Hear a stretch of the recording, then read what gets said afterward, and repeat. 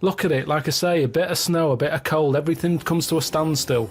Yeah. Oh, I can't go out, it's dangerous, you'll slip over, people having time off work. Yeah.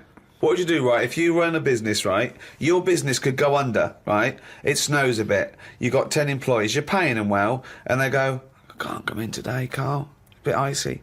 I'll do it, okay? Right, they're snowed in, right? You're running the business. What are you running? It's a, let's not, I'm not going to big myself up, it's just it's a factory. It's U-bends.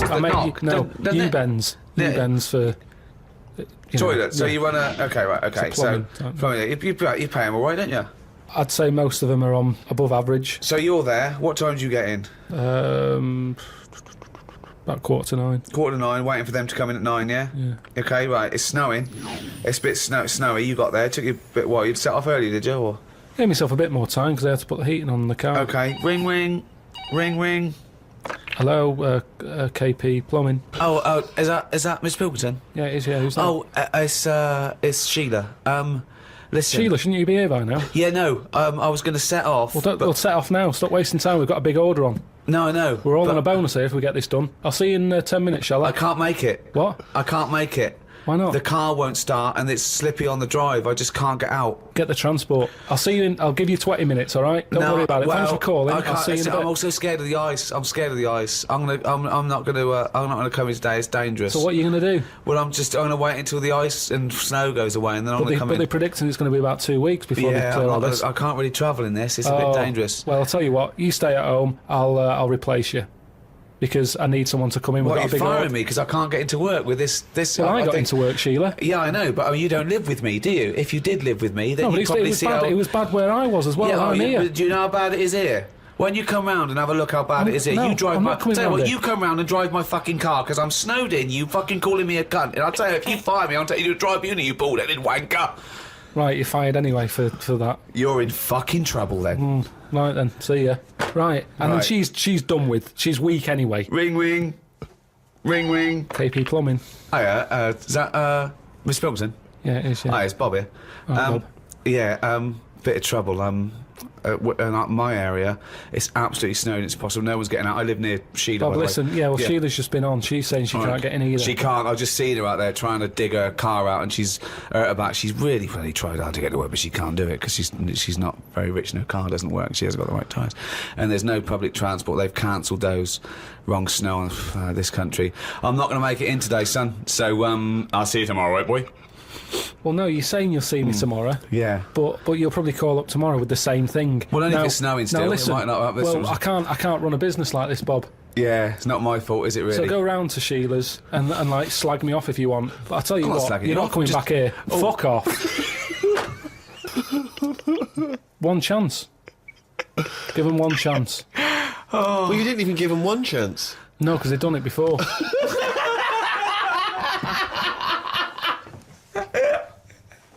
Oh, fucking hell. Just annoys me.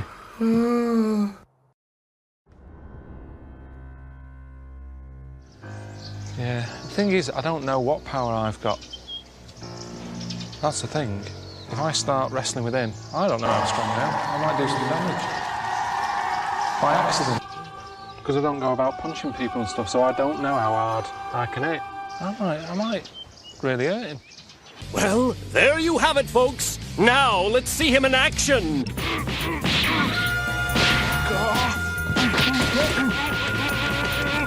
When I was a kid, my dad said I better can't kick me out. And I said I better can. Kick your height? What, you mean kick as high as yourself?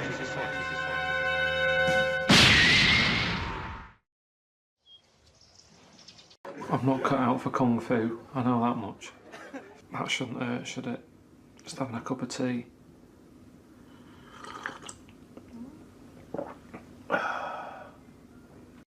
Alright. How would you go about chatting up a woman in a bar? What tips could you give? I've never worked like that. It's always been like a friend of a friend and all that, and just happened to meet them. And then, you know, you have a chat, and then... How did you meet Suzanne? That was when I was working with her, and she gave me 20p for the hot chocolate machine. She never asked for it back. Thought she's all right. Been there sort of 11 years, so it works. Has she ever given you that? You've never given that 20p Never back? asked for it back. Did you return the favour, perhaps on the next date? You buy her a Kit Kat or something? No, I don't think I did. I think word got out that she liked me and that. And what did I do? I think I did some work for her, did some editing for her, sort of show off my skills and that. Sure. And she was like, "Oh, you're good at this, aren't you?" I was like, "Yeah." And I think she got us another drink because I was doing that editing for her in my own time. So you're up on the deal, aren't you?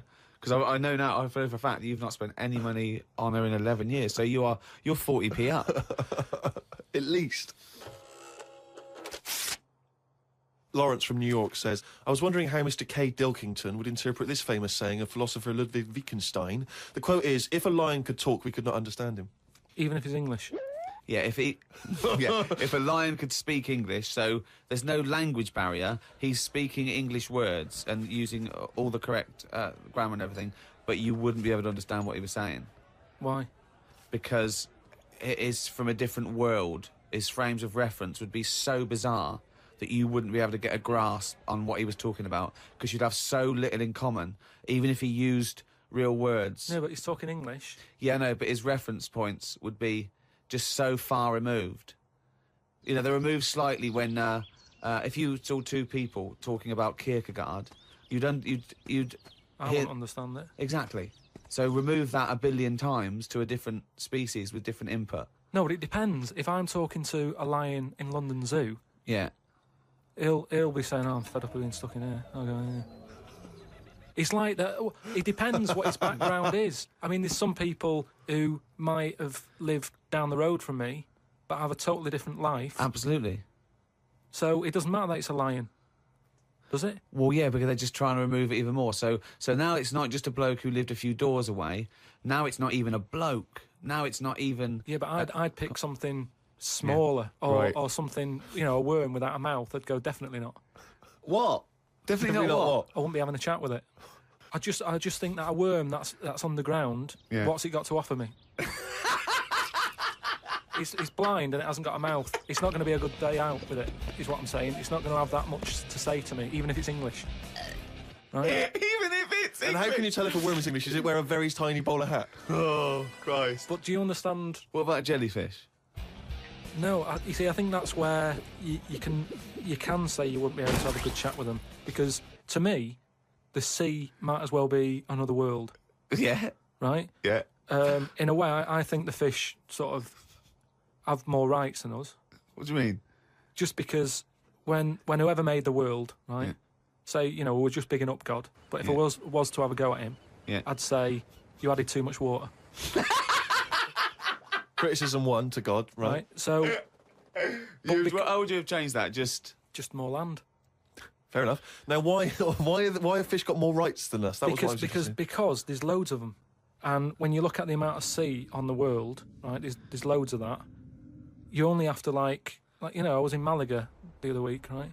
And you know, you look in the sea, there's loads of different fish, and that's just in like 8-foot water. If you go miles out, there's like all sorts of weird fish, isn't there, with like lights on them and everything. So, and there's just millions of different types. Yeah. Now, but why does that mean they've got more rights than us? Just because I think, you know, rights come in numbers, don't they? If you know what I mean. Like, if there's one of you shouting, people go, "Oh, he's an idiot, shut up," whatever. If there's loads of you shouting, they go, "Oh, best listen to him, see what they've got to say." Right. And that's what I mean about fish. Yeah. There's loads of fish. Right. So... But they're not really making their voices heard, though, are they, Carl? Yeah. I know, because they're underwater. But what I mean is, I don't know what I mean.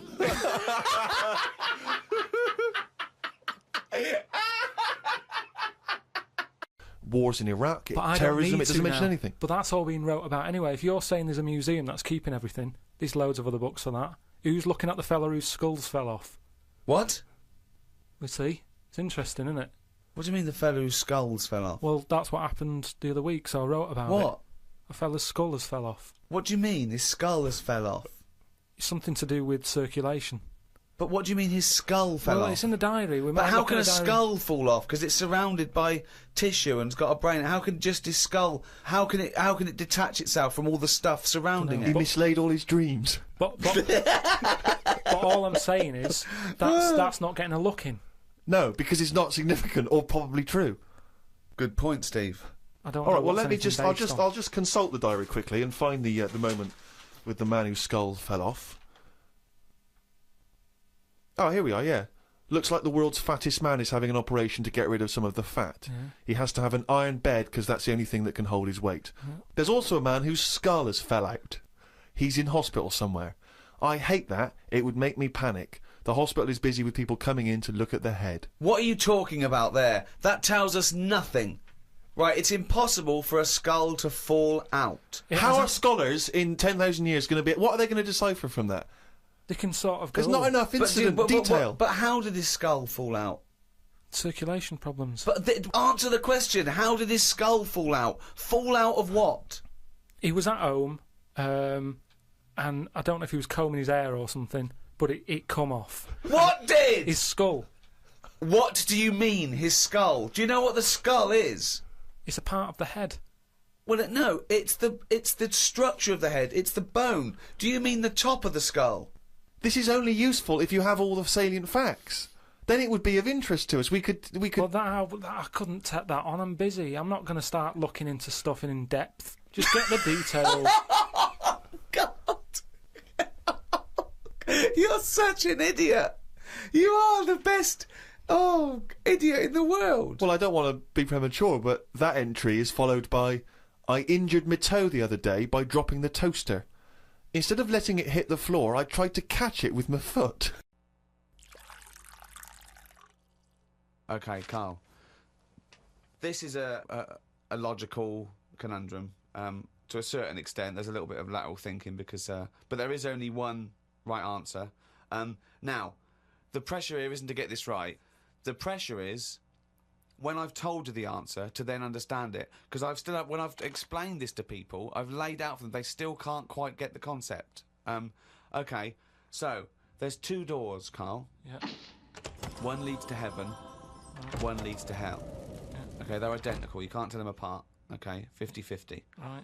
Obviously, you want to go to heaven, I assume. Right, there's two guards, identical guards, guarding each door.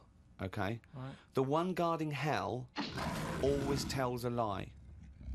The one guarding heaven always tells the truth. You have to ask one question to find out which is which, and then go through the door you want. What question do you ask? I've only got one. Yeah. And what? One to both? No, one to either of them. You don't know which one's which, though. So what question do you ask? Why can't I ask, like, both of them one? Because it's Because not the rules. are you can only ask one. There aren't actually two doors labelled heaven and hell, Carl. This is a leap of imagination here. And I've definitely got to answer. I've got to ask them a question. I can't just sort of have a feel of the door to see if there's any heat or anything. They're identical. You stand a few yards away. You cannot tell from the outside of these doors which is which. What question do you ask? I can't look through the keyhole or anything. There's no Get anywhere keyhole. near them. Let's imagine there's a small rope that prevents you from getting anywhere near, rather like outside a nightclub. Yeah. So they stood there. Yeah. They both look the same. They're both smiling. Yeah. But one of them's not really smiling, really. He's trying to make me make a mistake, isn't he? Well, he's just going to lie when you ask him a question, if you ask him. So what's the point in asking a question? Do I know one of them's going to lie? Yeah. But would they be neighbours like this? Would they be that close? Why? I mean, we're not sure if these two guys get on. It's a logical... Well, I'll tell you the answer. No, I want to see if he can get it. He's almost there.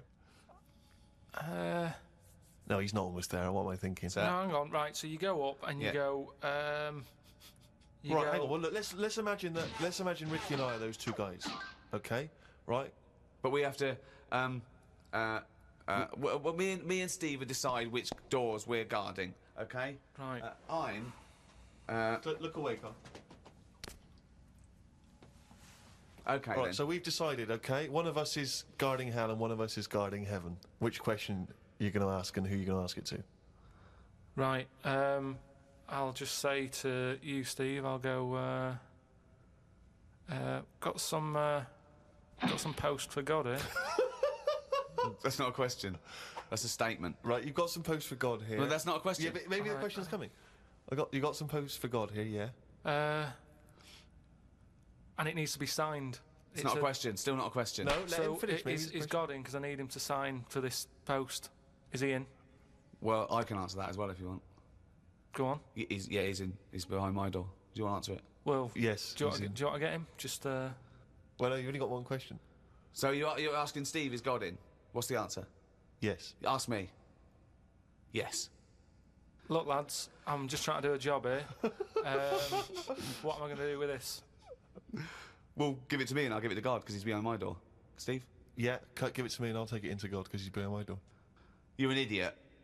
Let me tell you the answer. I'm guarding hell, by the way. I'm the devil. Steve's God, okay? So you asked me what Steve would say if you asked him what door he was guarding, and I'm going to lie. I know he'd say heaven because he'd tell the truth, but I'm lying, so he'd say hell. So the question is, if I was to ask the other one what door he was guarding, what would he say? And whatever the person answers is the door they're guarding. Steve, what door are you looking after? Well, heaven. Yeah. Why should I believe you? Because you don't know. No, that doesn't work. Because you asked me the same, and I'd say heaven as well. Right. So who do I believe? This is where you use your gut feeling, though, isn't it? This is what life's. Well, as opposed to the pure logic that Ricky's just used. I just think because there's a lot of questions in life where you don't know the answer, and you go, "Do you know what? I don't like the look of him." So. They're identical. Yeah, but they're still identical twins. You always get a little snidey one. Anyway, Rockbusters, Carl. Go on, should we get the ball rolling? Let me just find the gifts here, the little treats. We've got the album from the Coral, you know what I think about that. We've got Comfort in Sound Feeder. Well, it's just a novelty record, isn't it? Yeah. We've got, on DVD, more great comedy moments, favourite clips from the best of contemporary BBC comedy. We've got Partridge on the front there, we've got one of the guys from Red Dwarf, and brilliant. Good stuff on there. Smash Hits, the reunion, more great 80s tunes, Kajagoogoo's on there, plus some stuff. Too Shy? It is Too Shy. Yeah. Actually, let me see if you can guess which one's from Tiffany. Well, yeah, I know it, the only one. I think we're alone now. Yeah, I think we're alone, yeah. Mel and Kim? Respectable? Mm-hmm. Human League? That'd be, oh wow, what would they have got, Don't You Want Me? Of course. Yeah. Yeah. Last Take On Me? Yep, yeah. Well done. Madness? Baggy Trousers. Of course. Kim Wilde? Kids in America? Yeah, so there's just all those treats. If you like a song from an 80s band, it's probably on there. Yeah, okay. Plus we've also got on VHS, Graham Norton, some kind of best of compilation from his TV show. So, there are Hold on, is it the one where he talks to sort of female gay icons and looks at the internet? Because that's my favourite one. Right, there you go, let's do Rockbusters. Right, email only, of course. Yeah. You email in ricky.gervais@xfm.co.uk if you know the answer. Right, first one. Bit of a cryptic clue, if you haven't heard it before. Well, not cryptic, we've gone. What is Karl thinking? If you go into France by boat, I'd get your fags on there, because it's a lot cheaper. Imagine Bob Holness. Sorry, we're out of time. Sorry, your minute's up. You've won nothing. I was reading that question out. Sorry, right. So what's the... Well, let's do it again, and I want it to be exactly the same, word perfect. I bet you it will change all over the place. He's lost it. Go into France, buy yourself a boat with fags are cheaper. Okay, fingers on the buzzers. You've only got 10 seconds to win the gold run. Okay, first up. Here, I'll tell you what, no, seriously, if you're thinking of going to France, well don't, because go on the ferry, get the fags there, because it's cheaper. Go on. Right, so that one again. If you want to buy some fags, you're going over to France on the boat, get them on there, because you'll save a few quid. BF. BF. Right? BF. Okay. Right, the second one. This little foreign cafe's growing its own steak. This little foreign cafe is growing its own steak. Yeah. This little foreign cafe's growing its own steak. Go on. D. All right. Right. Okay. And the last one. Is that part of it? Hang on. He's the best, isn't he? He's the best. The Jamaican fella might have screamed this on the Titanic. What? The Jamaican fella might have screamed this on the Titanic. Yeah. What's it start with? It's CD, that one. Jamaican fellow might have screamed this on the Titanic. Ricky.gervais@xfm.co.uk. So we'll get Rockbusters out of the way. Have we got a winner? Yeah, come on then. See, it worries me that we've had very few entries. I think that even your mental fans aren't getting these, which is really worrying. They must be terrible clues this week. Alright, well... Has anyone got them right, Steve? I think there's just one guy, yeah, who I suspect has won in the past. Well, so what? Right, the first one. If you go out of France by boat, you might as well buy your fags when you're on that, because you'll get them a lot cheaper. Brilliant. Right? Yeah. BF. Yeah. Buy it ferry. Right? That's like... What? Buy on ferry. What? Buy on Ferry? What's that? Is that a band? What? What is it? I don't know what it is. Brian Ferry. Brian Ferry? What's that got to do with buying on a ferry, though? Just because he's quite close to it. Buy on... buy on ferry. What? Buy on ferry. Sorry, what's your first one. language? The second one. That's rubbish, that doesn't count. No, Brian Ferry. Brian Ferry, buy on ferry. There's this little foreign cafe. It's growing its own steak. That's Delamitri. The third one. What? Sorry, what? What is that? What is that? Delamitri. Deli is a little foreign cafe. Yeah? A meat tree and that. A meat tree? A meat tree? What were the initials for that? Just D for that. Just D for that? Yeah. So not DA? So you didn't even give him a chance to get the group? Oh, they got it. Well, no. No, they didn't. Right, it's the end. Go on, right. Go on. Deli meat tree? Deli meat tree. One word. D. Or any letter. They're growing their own meat. M's in it. Go on. Okay, so Bayern, I love Bayern Ferry. And Oxymusic was brilliant. I love Oxymusic. Go on. Can I just point out, Rick, that we've David Bowie? Deli meat tree. Yeah. I don't see why necessarily Aidan, who emailed in, why he doesn't get to win, because he emailed in dire steaks. Seems to me just as valid, as far as I can tell, but Deli meat tree it is.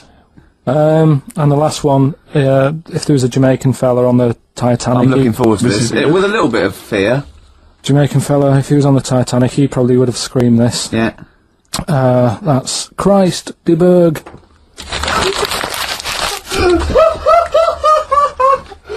Oh! I don't know what to do. Stunning. So who's the winner? I'm not going to give it to anyone. What's the Jamaican bit got to do with it? It's the D. Just Christ de Berg. Say it again. No, I think they've worked it out now. What do I say again? Christ de Berg. And who's that? What? Who's that? Who's what? Who's Christ de Berg? Chris de Berg. Who's the winner, Steve? Do you know what? I'm going to give it to Aidan, because he just treated you with nothing but contempt. Steve Martin emailed in again. He got the first two, and then the last one he just emailed, I neither know nor care about this answer. I'm tempted to give him either one. Do you know what you've done there, don't you? Go on. You've put the nail in the coffin of Rockbusters. I warned you for 3 weeks, and you sort of bucked your ideas up for a little while. But Christ de Berg... Those are the worst you've ever done. The worst are Delamitri, so, and... Didn't it just put D, and then Bayern Ferry. Bayern Ferry. Bayern Ferry. So, Carl, say hello to all the Facebook and Twitter followers. We've just done BBC Breakfast, haven't we? Alright? yeah, it's alright, yeah. What do you think about Facebook and Twitter? Just let people get on with it. It's just not for me. CB was the thing for me. That's when I was younger and you wanted to talk to strangers, it was CB radio. You had a chat. I was called Pilky01. No one really knew it was me. It was a code. You could speak to strangers without knowing who you are. Like the Enigma code. I don't like... Who's Pilky01? I know a Karl Pilkington who's...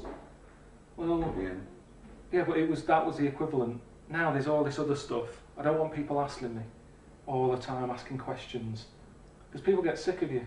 I quite like it as a social experiment, Twitter, because there's, you know, millions of people on there, many of which you wouldn't want to meet in person. You'd have to go to some sort of institution or prison, but you can meet them and talk to them and find out about them, and it's like good research. Well, I quite like it from the, you know, comfort of a Hampstead mansion, and it's teaching me a lot and it's making me think about stuff. Give us a retweet.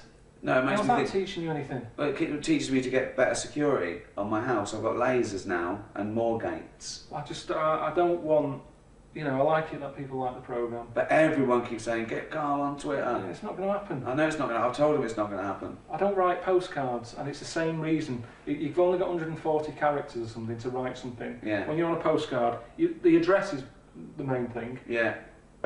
You are the last one, aren't you, to read the postcard? When you send it, yeah. It's for everyone else, and that's like Twitter. It's not a proper chat. That. No. I don't know what Facebook is. I've never really. I don't know anyone who uses that. The internet is like emptying a drawer out of a window, isn't it? Well, it's like this. Why are they watching this? There's more channels on the telly than ever before. There's HD. There's great quality. Yet they're watching this. Two blokes sat in a room. We've done our job. We've been asked to have another chat about something. I don't know what to say to them.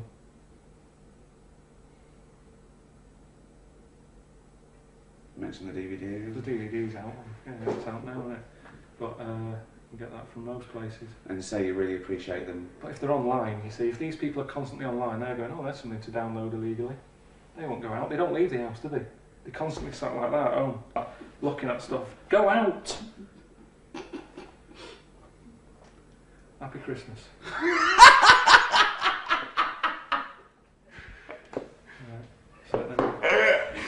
I was listening to the radio in England a few weeks back, Radio 4, quite highbrow. There was a discussion about political correctness. My name came up straight away, right?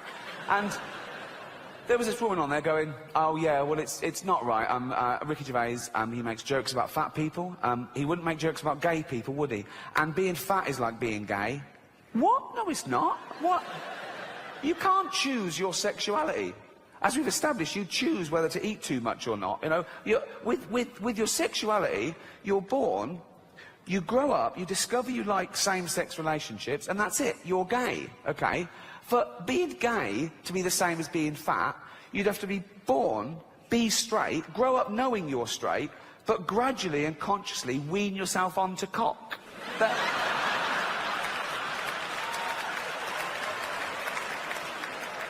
Oh. Happy 16th birthday, son. This is Raoul. Suck his cock. Sorry, father? Suck his cock. 16 now, suck his cock. I don't like cock, father. Doesn't like cock. How do you know if you've never tried it? Ah! Suck his cock. I don't... Suck one cock. Suck... that's not sucking it, that's playing with you. Put it in your mouth. Put it... Look, have a go, you might like it. Oh, it's not so bad, is it? I fucking love these. If that happened, then being gay would be the same as being fat, but it doesn't, so it's not. Okay. Seriously, what about this? We're not going to sort that out today. Idiot abroad. Fool's gold. I give you $1 million to spend, and you've got 1 year to make 2 million. I've got to double $1 million. Yeah. You can gamble, you can put it all on a horse, or you can put a little bit on a horse. You go to Dragon's Den. You go, look, I've got an idea. Clippable mug. What about the tie with, like, you can carry scissors in and stuff? That's already out there. Is it? Yeah. What was the first thing you do with that? If I said you've got a year to make 1 million, and you've got this million. Just do loads of stuff. Go on then, go on then. What's the first thought what you do? Antiques and buy antiques, flog them on, art. Right. I buy a house in Bulgaria. What do you know about Whoa. You're going to buy a house in Bulgaria? That's your first thought. How much is the house in Bulgaria? 100 grand. Right, how much do you want to sell it for? I'm going to sell it for 200, I'm going to do it all. You're going to double your money on a house within a year? Easy. You've got to make 130. No, I'm spinning plates here. This is what else I'm doing. So you've got to keep flying to Bulgaria to check on the progress. I've got the local builders on it. Right. In Bulgaria? Yeah, plate spinning. Right. Antiques on the go. I'm buying scratch cards. You're buying scratch cards? I buy a load of scratch cards. How many? 5,000 scratch cards. Right. I'd have some kids doing that. I'd say, right, you can have a £5. You're giving it to... I haven't got time. I'm giving them to do. This is the worst idea I've ever heard. How That have I got to my double million's gone, isn't it? Yeah, No, it hasn't. I mean, I've just... It hasn't. If you've got money, you make money. That's a fact. Where is Bulgaria? It's somewhere. I know Bulgaria is good for property. I've seen a lot of property programs. Do you That's mean what I do. I just Belgravia? watch. No. There's a lot of things that you can do with property, antiques. I'm What buying else? classic cars and doing them up. So you're doubling your money on a classic car in a year? Yeah, but I've made stuff. I've made inventions. What have you done? I do the Dragon's Den. Like you say, the clippable mat idea. Like, you have your cup there, but look at that saucer. Every time I have a little bit of tea, I'm talking to you, I've got to go like that. I've got to look exactly where I'm putting it again. Right. The clippable mat is stuck on. It's attached to it at all times. That's I'm talking ridiculous. to you, how's it going? And if I want, I don't have to put it down there, I can put it down there. I'm not limited as to the surface that I can put it on. It's attached. It's washerproof. Dishwasher proof. It's an idea. I'm out. This is good. Cools you down. That's going to give you a headache, not get rid of one. Look how complicated it is just for a toilet. You have the skill of Bill Gates. Just have a shit. You can't do any of that. Can't do that stuff. But it's a robot.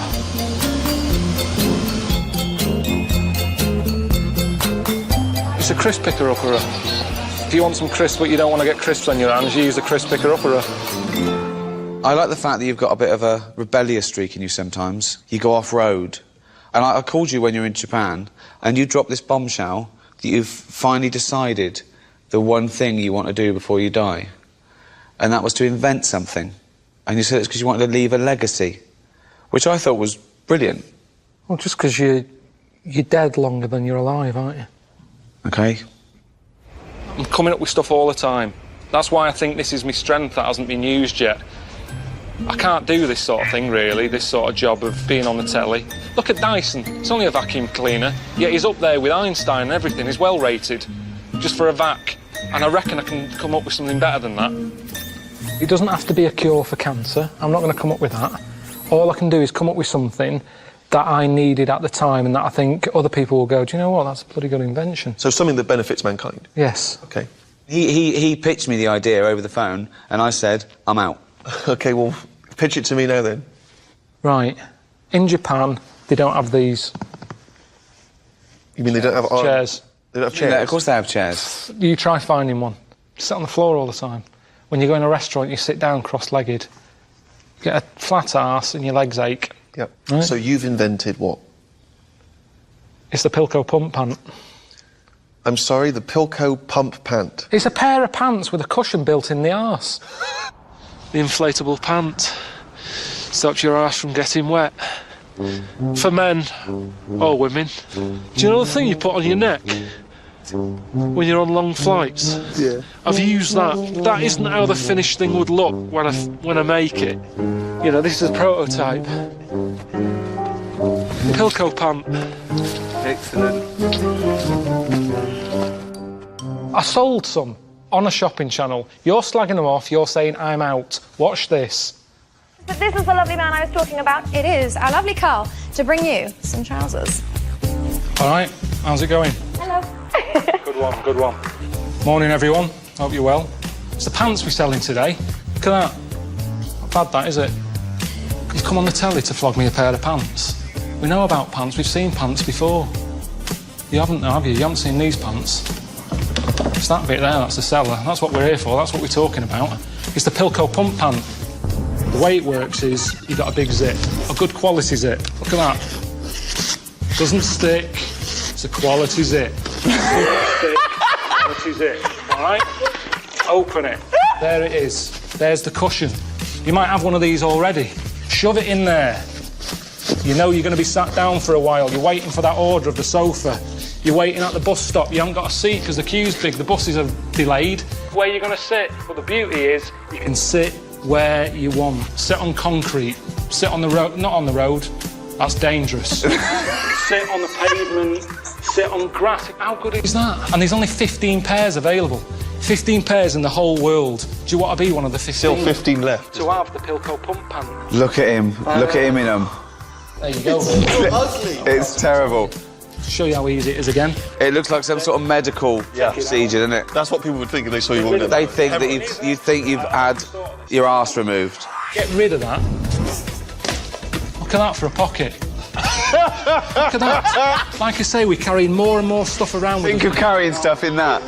Your arse rattling around with stuff, mobile phones, football, laptops, iPads, all that lot. Fruit. Look at that. Look at the size of that. Who's pocket. putting a laptop in their arse? Bread. You nip out to the shop. Milk, loaf, bread. You don't buy a carrier bag. They're charging you 5 pence a bag at the moment at the supermarket. Yeah. No, I'm not buying a bag. You just turn round at the cash point, stick your milk in there, stick your bread in there, off you go. A big, big pocket. You've got this. Health and safety these days. You've got that in there. You like a walk. Maybe buy some for your young kid. You're walking by the canal. He falls in. Is he a good swimmer? I don't know. You tell me. But if he falls in, he's got something to keep him buoyant. Upside down like that. He's like that. He's drowning. Like a corpse. I'm just saying there's a possibility that it could help you out if you fall in a canal, a lake, a river. Anything else? Anything else goes? Hang on, let's see how the orders are going. Have we had anyone calling in yet? 2 people on the phone. What do they want? Do they want to talk to me, or is that just... They've gone. We've sold them. Job done. Brilliant. Cheers for that, everyone. These are how they look in real life. This is the Pilky pump pant. Pilko pump pant. Yep. Okay. I mean, it looks ridiculous. It does look ridiculous. So does most fashion these days. Okay, no, good, yeah, no, yeah, if it was... Yeah, no, you're right, yeah, it's all arbitrary. Sit Yeah. down. Why sit Well, here's the chair, you don't need a chair. That's doubled up. You must be too comfortable. Sit on the floor. Sit on the floor there, because that would be... And I suppose particularly useful if you've had a finger up the arse. Right, there you go. So, Right. yeah, Dead comfy. yeah. Really comfy. Carl, can you go and bring me my sort of bread and milk and stuff that Have you got 5 pence for a carry bag? I haven't, no. Well, I haven't. Hang on, don't worry about that. See you in a minute. What did you want? Bread and milk? Some groceries, yeah. Look, imagine walking down the street wearing that. Absolutely ridiculous. Carl, it looks... it looks fucking ridiculous. He doesn't know. It does. He's doing a job. It looks like that. No one will walk down the street like that. Hang on. Hold on, Carl. I bought you No, look. Carl. There's no restrictions. I've bought you a couple of cups and saucers. Yeah. Can you take? I bought you these for you. You got a bag? I haven't got a bag. No, just pop them in there. Pop them in. Yeah. You see, Yeah, just. Oh, well, can you? shove them in. Yeah, just put them in there. There you go. Right. Sorry, safe. Good. They're safe for that. Yeah. All right. Okay. All right. Yeah. Good. Run for the bus, mate. Quick. Quick.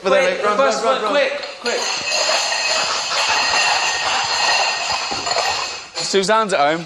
Oh, here comes Carl. Here comes Carl with our new crockery. Honestly, that isn't pulling me down or anything. That is fine. It's absolutely ridiculous.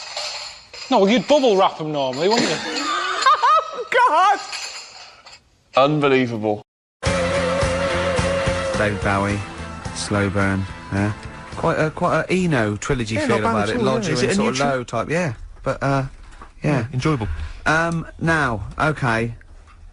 That's stressful, isn't it? I think we've got things working now. We've had people coming in and out, just shaking their head going, shouldn't have bought that desk. But it's all sorted now, I think. And, You notice how it took sorry. about 25 minutes for them to come down as well, though? Do you feel like we're maybe quite low in the pecking order in the building?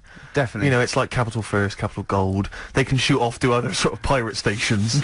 Yeah. People's car radios, then they come back here. Oh, dear.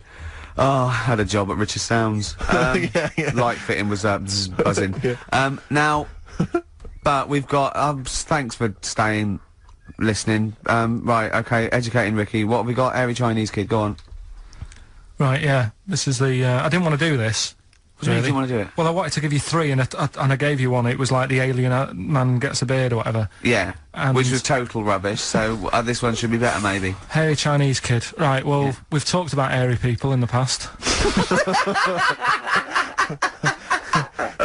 True enough. aren't we? Yeah. You know, the little kids who grew up in woods and hung around with wolves and that. Yeah, again, you're confusing it. Yeah, they're not. There were some people that were born very hirsute. They were not the people who were brought up with wolves. Yeah. You just put that together in your Homer Simpson type mind. Right. Well, this is like a sort of close to that sort of story. Yeah. But the weird thing is, right? Chinese people aren't that hairy as a nation. No, seriously, that's a well-known fact. They don't have that much body hair and stuff. Okay. So this little kid who was born over there, he was like covered in stuff. Was he? And it was only his nose that wasn't hairy. The rest of his body was caked in hair, right? And his hair sort of What grew. sort of hair was it? Was thick hair. No, what I mean is, was it sort of like a pony's mane? So he just looked like an Ewok. You know what I mean? Just like hanging down, sort of straight, dark Well, hair. in the picture, it looked like it grows from his eyebrow. It grows from his eyebrows quite thick, and then it just goes all the way over. You his don't think head. it was just really long eyebrows that he'd done a comb over? No, it was all over his body. It had a picture of like his back and that. Yeah. And Had he styled it? Had he styled it at all? Did he have it in a quiff or? no, it was just hanging everywhere. all over him. Yeah. And they were like, you know, this is a bit weird, happening in China, where we're not normally that hairy. That was the scientist speaking there. Yeah. And the local press and that were getting him down, calling him Monkey Boy and all this. Oh, And thinking Chinese press. but the doctor, Yeah. Oh. They're cruel, aren't they? It's like those game shows. well, That's Japanese, isn't it? Yeah. That's what. Yeah. and the doctor said, I was talking through all that time while we were just like talking to each other then. Because I turned round and I still saw he was talking. Go on. So anyway, the local press came down to see the hairy boy, the monkey yeah, boy. and they were like being tight, taking the mickey out of him, and the doctor said Showing him nuts. he's only hairy. Said he's a healthy young kid. The only faults he's got is he's got a little bit of eczema and a boil. And he said everybody should just treat him the same, and I think he grew up a healthy kid. Yeah, so that's the That's the end of the story. that's not a story. why. But I've got nothing. I don't know what to say to that. So someone in China was born slightly hairier than the rest, and he was normal apart from eczema and a boil. That to me isn't a story. But if it is, I've got a million. I mean, it's sort of like bloke from Manchester went a bit bolder than the rest, got a job on radio. He was normal. I mean, that's not a story, is it? Do you know what I mean? All right then. Well, one thing Karl has been doing over the past few months is writing his diary. He's kept that up. I don't know what he's had to write about. All he's been doing is looking at moths and ants and bees and going for walks. But I'm sure it's all in the diary. So, let's have a look at that. Oh, I don't believe he's only gone and written it down. We went to the park and had a brew. Suzanne read the paper while I played with a ladybird. I mean, it's like a child, isn't it? It is like what a child would do. Suzanne read the paper while I played with the ladybird. His only friend is a beetle. It climbed up my arm. It struggled on me hairs. This is in detail then. Yeah. It kept stopping every now and then and was rubbing its head with its right arm. It did it about 4 times and always used its right arm. It rested for about 5 minutes, then flew off. Sunday. Had a bit of a to-do with Suzanne because she wanted a line today. I ate this. Once you're awake, you should get up. I got up and put the radio on really loud. She eventually got up. I told her insects don't have lines, so we shouldn't. Why are you obsessed with insects? You must be fucking unbearable to live with. You must be a nightmare. No, I've just started because I've watched insects a lot. I don't want to keep going on about them because we're a bit insect heavy. But at the end of the day, if we copied insects, we wouldn't go far wrong. I don't know what you mean though. 1 minute you're saying they're great, then the next minute you'll slag them off. Yeah, I'll slag some of them off if I don't know what they're doing, but because I've studied them a bit longer, I just think they do You it haven't right. studied them though. He thinks he's like Darwin. But you just slagged them off again, don't you think that insects are doing stuff? They're not. It Yeah, goes there, then it goes back The again. ant was messing about, but only that one. The others were carrying stuff. That's what I'm saying. There's snidey ones in everything. In everything in the world, you get a hierarchy. Oh, long words! Ooh. The bookshelf was dusty, so Suzanne asked me to dust it if I get a minute. I ended up looking at every book. Just the spine. Yeah. Just for a few seconds each. Yeah. Didn't open them. I looked in the dictionary to see if the word dictionary would be in the dictionary. I didn't think they would bother with it being on the front page, but it was in the book as well. It's a good point, though, isn't it? No, it's not a good point, because you didn't tell us anything. Dictionary is in the dictionary. Well, of course it is. Well, why? If you go, how do you spell dictionary, you look at the spine and you go, oh, there it is, D-I-C-T, and all that. So what does dictionary mean? It's a book full of words, isn't it? That's what it means. All books are full of words, you idiot. How to spell them. And if you don't know No, what it's it not is... how to spell them. Alright then, well... I'll just look up something. No. It's not a book full of words to tell us what... No. It's the meaning. Give us It's the definition of definitive dictionary. meaning. It's a book full of words if you want to know what the meanings are. But if you didn't know Well, sorry, what was that sentence? Yeah, but what I'm saying is, if you didn't know that, then you wouldn't be looking in it, because you wouldn't know the book is about that. So, if you don't know the word dictionary and what it means, you wouldn't be looking at the dictionary, you'd be looking at an A to Z. Because you Why leave it out, though? Just because there's so many words in the world, I would have thought they wanted to cram as much as they can on a page, and if dictionary is already on the front... Is that why you suddenly used the word hierarchy for the first time ever? Did you find that in there? Did you see hierarchy in the dictionary? I feel I don't know where that that big was. word has pushed out about 26 other more useful ones. Yeah, well, Suzanne's been going on about me learning another language. But I sort of think your brain has only got so much room on it. And the rest of it's filled with lard. So, if I've got to learn everything I know, again, but in a different language, it's taking up space, isn't it? You don't learn everything. Oh, God. It's all What do you mean? storage, isn't it? But you don't have to learn it again. You don't have to learn the concepts again. You're merely Do you know how learning many vocabulary. moves there are in the human brain? You don't worry, you won't use them all up. I feel that he has reached his capacity then. Yeah. Well, you need another sort of... You need an update. You need some more memory. Woke up to some interesting news. It's good when this happens because it sets me up for the day ahead. If it's miserable news, it affects my day. It said on the news that they have found 2 new flies. Fucking hell, more insects! What have you done? Is that all you've done this summer? Bong. Trouble in the Middle East. Bong. 2 new flies found. Ladybird climbs up arm. They were found in the UK and they were found close to each other.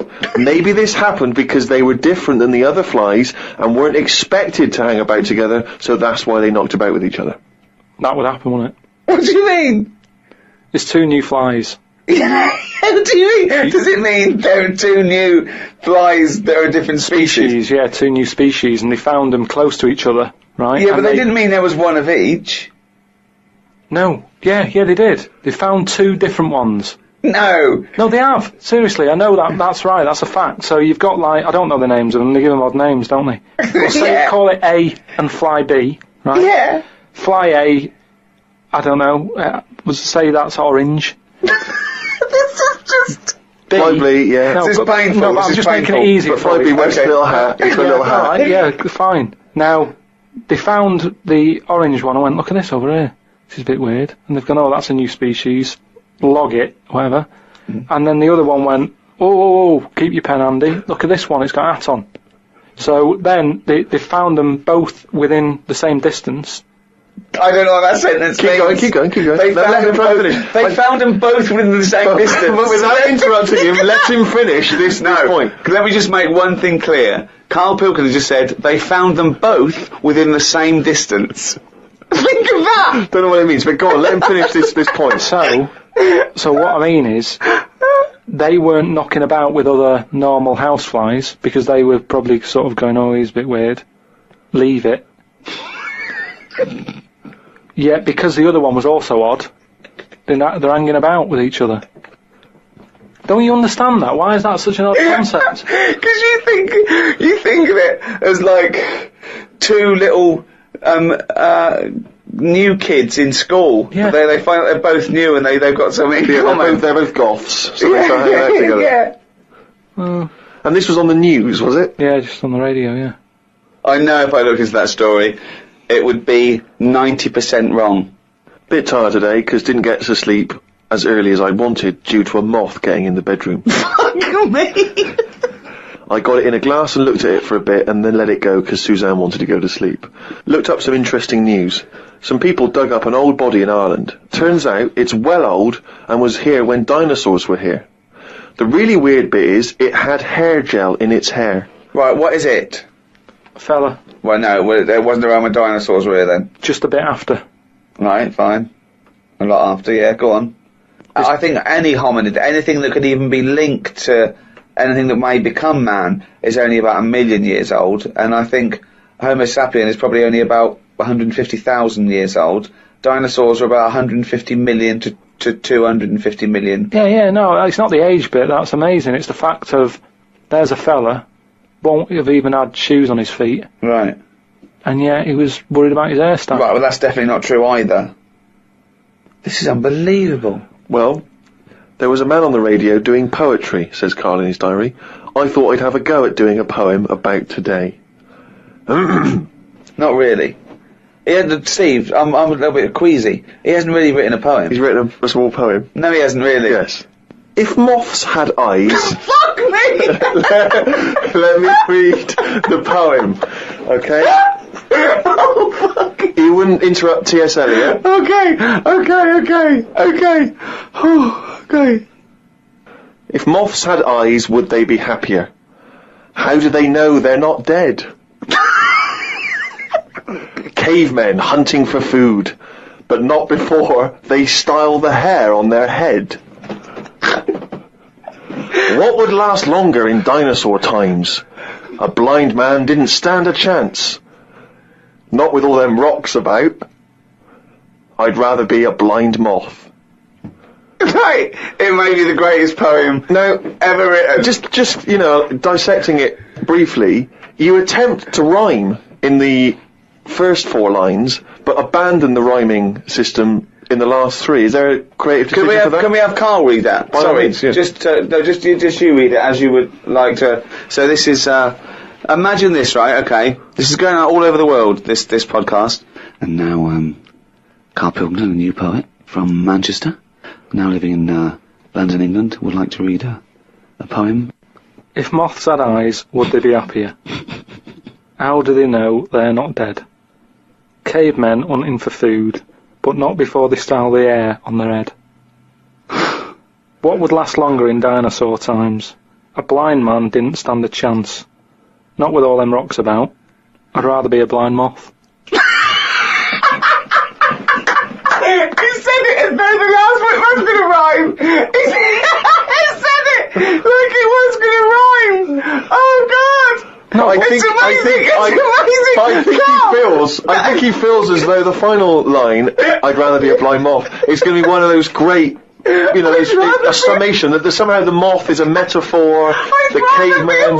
There's no metaphor in that. He really does mean he'd rather be a blind moth. Yeah, well, I'm just because I've looked at the day's news. Can we always do that, Karl? Can we always find a day, right, and always sum it up in your thoughts, a poem? Just like that. I love that structure. I love that structure. If there's any English students or professors or novelists or poets listening, please email us what I thought of that poem, why it's good, why it's bad. So, give us your thoughts on that. I mean, we would love expert opinion, poets, English professors. Just email us at podcast@rickygervais.com. Oh, he's only got to really down it. That's the jingle for Karl's diary. We had bacon and egg on toast. I'm eager to get through the brown sauce, as the bottle is too big to go in any cupboard, so it has to be left on the sideboard.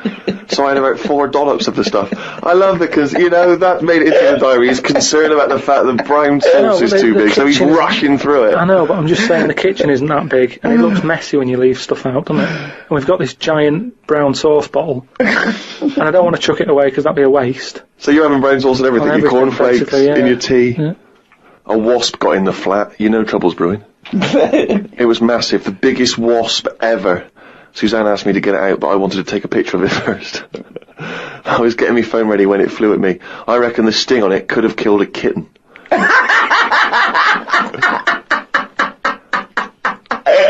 So specific. It ended up flying out the window on its own. Drama averted. Oh, God. We went out for tea. You're always in a cafe. That's what this diary. You spend so much time in a cafe. There were loads of flying ants. I kept kicking the table because I could feel them on my legs. I wouldn't be that jumpy normally, but I still had flashbacks of the giant wasp from the morning. Suzanne told me to stop being stupid because I was ruining her night out. A night out in a cab? Brilliant. Oh, God. What was it, her birthday? And flashbacks from an incident. Yeah. Like he's some sort of, like, war veteran. What is it? It's the wasp. It could have killed a kitten. Bought some wallpaper. We got back and got on with it. The wall that we've papered before has got a big mirror under it. We papered on top of it again. I ended up reading my phrase book while Suzanne did the rest of the tidying up. Now, what's your phrase book? This is just you trying to master English, is it? It's just a book that tells you little sayings and how they came about. An interesting phrase is potluck. It came about when all people ate is stews. They used to chuck all sorts of stuff into the stew. You stuck your spoon in, and sometimes you got something nice like beef, or you could end up with a bit of frog. It's potluck.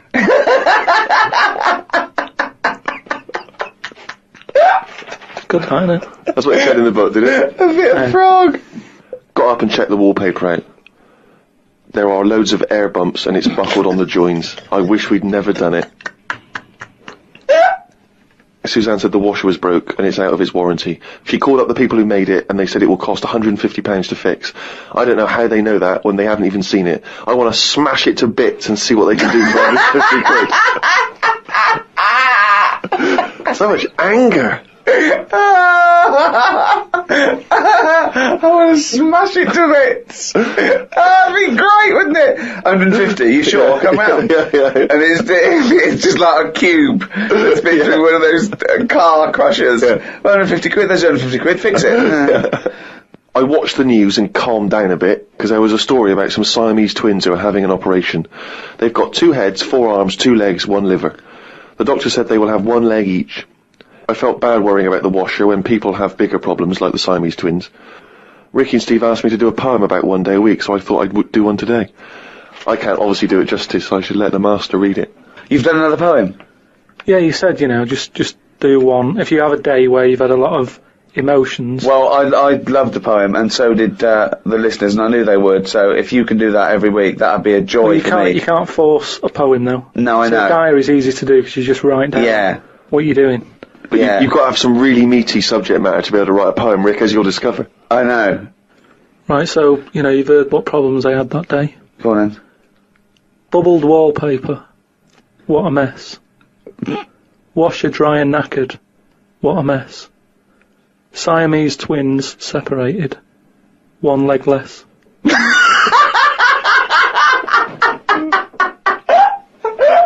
I don't know what rhyming scheme that is again. Oh, God.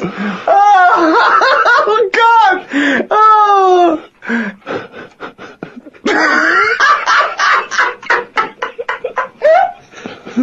Oh, fuck me. Do a typical day in the life of Karl Pilkington. So, for my first question is, what time does Suzanne have to wake up? Does that annoy you? Does she have to get up earlier than you? Because she's got a proper job. The alarm goes off. What time? About 7. That seems early. Yeah, but I'm used to it now. Okay. Now you spring out of bed, make her a cup of tea, do you? No. Right. I let her get up, mess about. By mess about, you mean get ready for work? Yeah. Right. She's not being quiet, so I'm awake now. Right? Mm-hmm. What do you mean she's not being quiet? Well, she's just banging about, like I say, heavy-handed. I don't know how she does it. It's just doors and stuff. Everything seems like the Hulk's in the house. Bounding about. Just don't be heavy-handed with it. Even like pulling the curtains shut and stuff, because it's not her who has to fix it. Do you know what I mean? When she's yanking at them and pulling them open, it's like just pull them like that. I've put them on a nice rail. Just pull them slowly like that. Right. It's things like that. I think the problem is, most of the day, I'm on my own. Right. Right? I'm doing DIY. At home, I'm quite happy. No one's there annoying me. Right. I go for my lunch later than everyone else, so I don't have to see people. He's like Quasimodo, isn't he? He's like coming down when everyone else is not there. No one's around. Suzanne! No, but then that's the problem. Suzanne then comes home. She's been sort of with people, so she comes in with loads of energy, and I'm going, just slow down. Stop going on. Then she's breaking stuff, and that's probably the last thing. She's breaking. She's heavy-handed with all the stuff I've been fixing. She broke the shutters. What else did she break? Well, you could have done a good job. I did do a good job. Shutters? Where do you live? In the Old West? What do you mean the shutters? Some shutters on a window. She heavy handed with them. I don't want them to see me. What a mum. So what else has she broken? She's always breaking stuff. The light switch outside. Heavy-handed. She forces things. If it doesn't work, it doesn't work. It doesn't matter how hard you hit it or how hard you pull it. Just tell me if it doesn't work and I'll sort it. That's what I do these days. I'm like a caretaker to Suzanne's house. I'm wandering around and replacing stuff that she's fucked up. Jesus.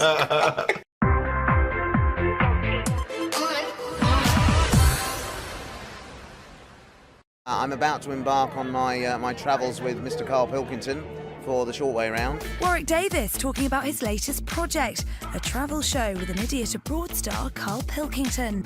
It's going to be interesting, I think, would be a word to describe that. I don't know what I'm getting into yet. Well, if the rumours that have been circulating for months are to be believed, it's thought Karl's going to be on a bike with Warwick in the basket, but the actor refused to give away any more details. What he would confirm is more of Life's Too Short with Ricky Gervais. We're writing a special at the moment for, I think, probably for early next year. So a Life's Too Short special. I can't tell you, it's terrific though. I can't tell you, but it's really, really great. Yeah. Oh, Warwick, if you insist on being so secretive, no wonder the internet's rife with bike basket riding rumours.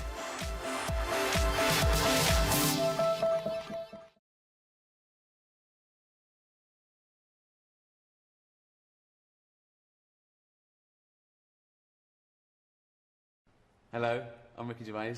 I'm here in London, in my office, but I'm not writing another award-winning series. No, I'm chilling out with my friend.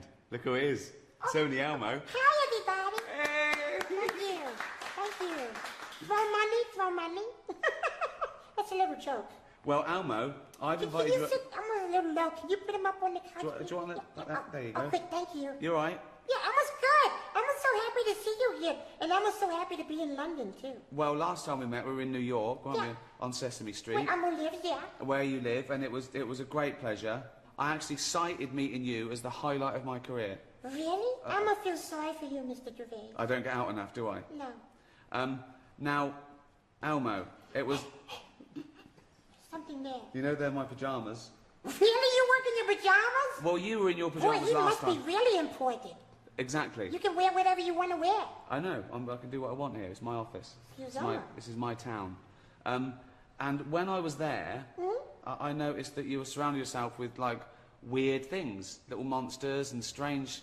Oh, Mr. Gervais, we don't call them weird. No, but... They're family. But they're not sort of normal, are they, really? Well, no. They're all different shapes and sizes, and colours, funny voices and that. But I've got a little surprise for you. Because I've got my own little weird friend that I think you should meet, that I think you'll get on with. Really? It's only Warwick Davis. Mr. Warwick Davis? Hello. Come on. Oh, there you go. Look. Oh, you get that done to you too, huh? It's fine, here we are. I'm the luckiest man in the world. Oh, this is great. Oh, dear. It's so good to see you. It's good to meet you as well, hiya. Wow. Fantastic. It's just good to be here. Yeah. Right, Ricky, yeah. It's so good to meet you. Yeah.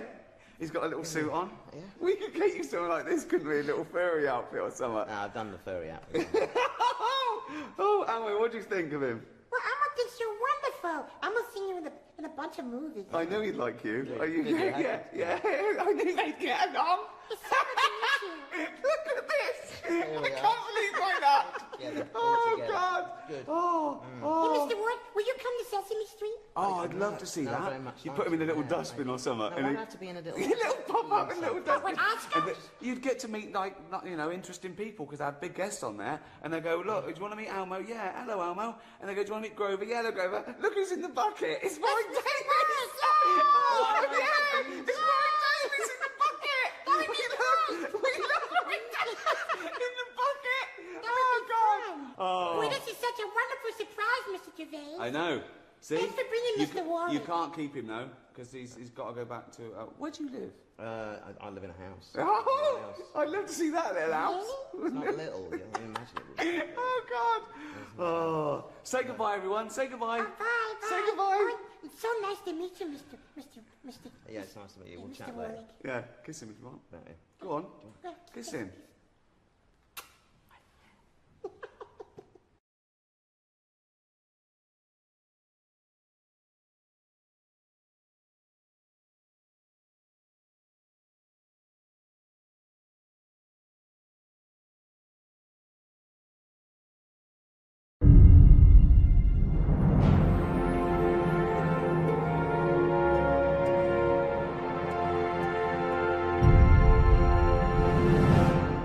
Hello, and welcome to Learn English with Ricky Gervais.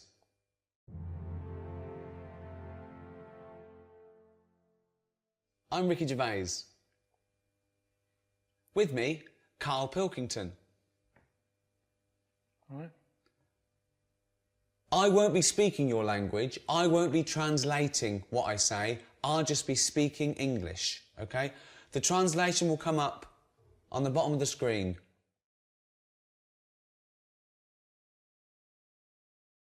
This is my friend, Karl Pilkington. He is bold. He is bold. He has no hair. Karl Pilkington has no hair. Yeah, I know. They can see I've got no hair. No, I know. Well, what do they need to know that for? If they learn a language, Yeah. bald isn't a bald head isn't that important. Teach them how to ask for bread or milk. We'll get to that, but this is about sort of friendship and family, you know. So it's all useful. There's so many words, you know, they might as well start somewhere. There's too many words. A lot of words. Lot of words.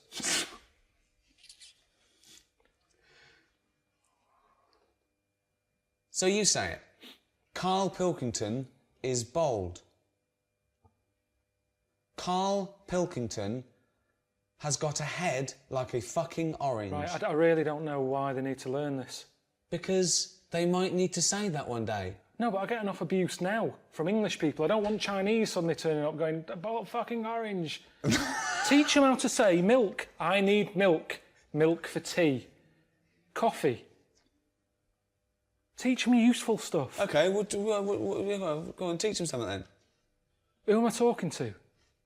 People around the world, they can't speak English yet. So what are they... Well, so, Chinese well, are the doesn't ones it okay, what? I've been to China and none of them know English. Right. So they need to learn English.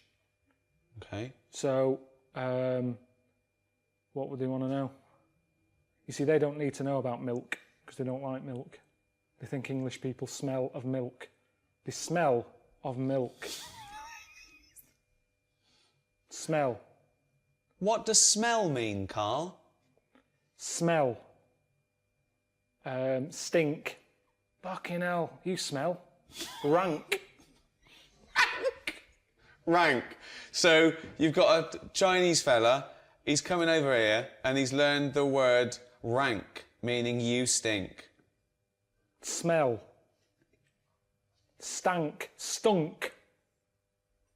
That stunk. Give an example.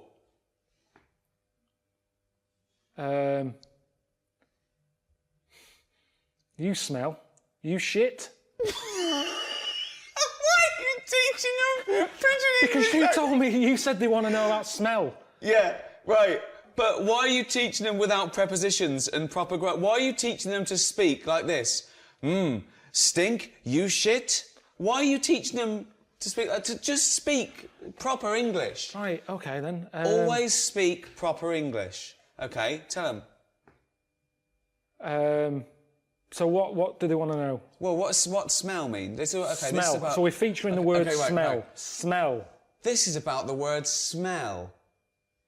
Right, when something smells, they know what it means. It's when something stinks, when it's no, off. It doesn't always mean that, because it's also a verb. Right, a nice smell. It's also a verb to smell.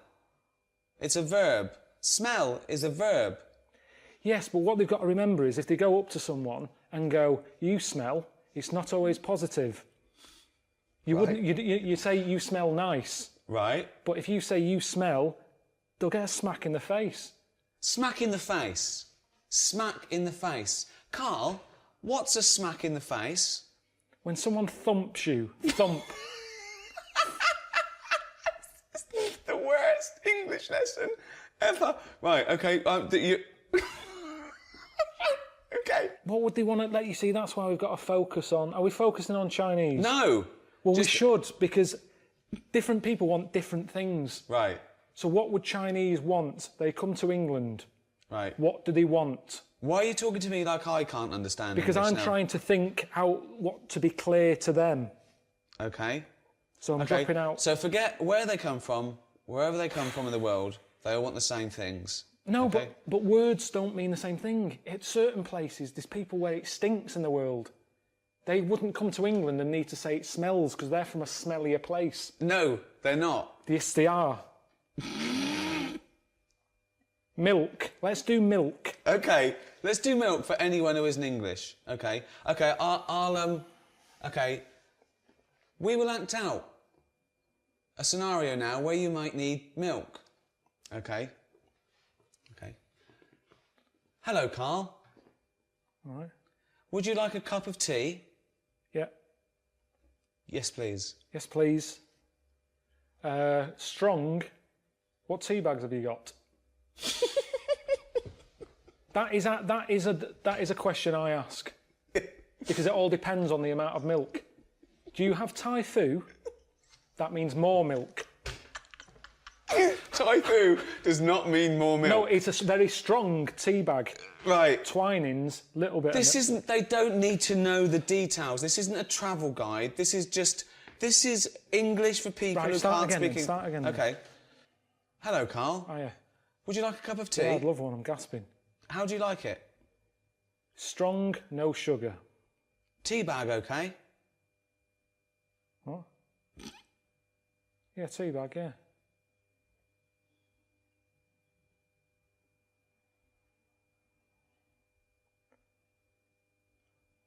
Right, that should be all right. Would you like some milk? Just a drop.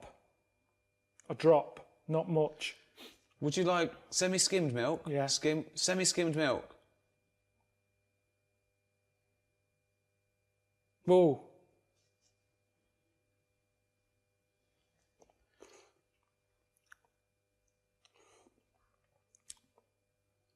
It's all right, that. Carl is enjoying his tea. He had it strong with a drop of milk. So that's the basics. In England, we like to drink tea. We drink tea. We also drink coffee. We also drink beer. Let's go shopping. So I'll just come into a shop, okay? Dring. Afternoon. Hello. Oh, yeah. I want a fish. What sort of fish do you want? We've got loads. What sort of fish are there? Loads. I haven't got time, to be honest. You've come in at a busy time. Have a look and come back to me. I don't know what type of fish is this? That's a kipper. Okay. A kipper. What's a kipper? Chinese and Japanese know fish really well. Okay. They don't need Stop thinking we're just talking to Chinese and I don't know where the Japanese came. It was just Chinese people. This is for anyone who wants to learn English. Anywhere around the world. There might be Spanish. There might be French. There might be German. Okay? Why do you only care about the Chinese learning about this? Because most Spanish people can speak English. They've been taught it. But all right, kipper. Okay. It's a fish. It's sort of a fishy sort of fish. There's some fish that's more meaty. Tuna. What sort of thing are you after today? Is this for you or for someone else? This is for me. I'd like to buy a fish, please. Right, but surely you know what kipper is. Look at it. Look at the fish. Here it's called kipper. Where are you from?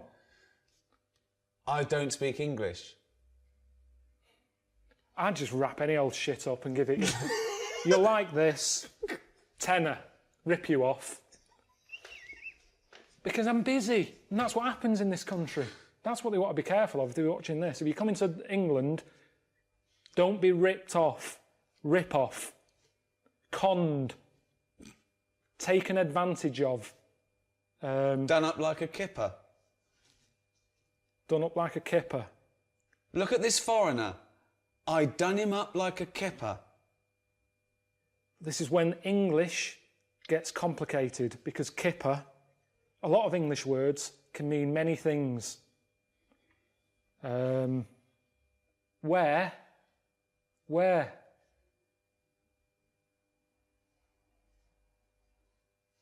Same word, different thing.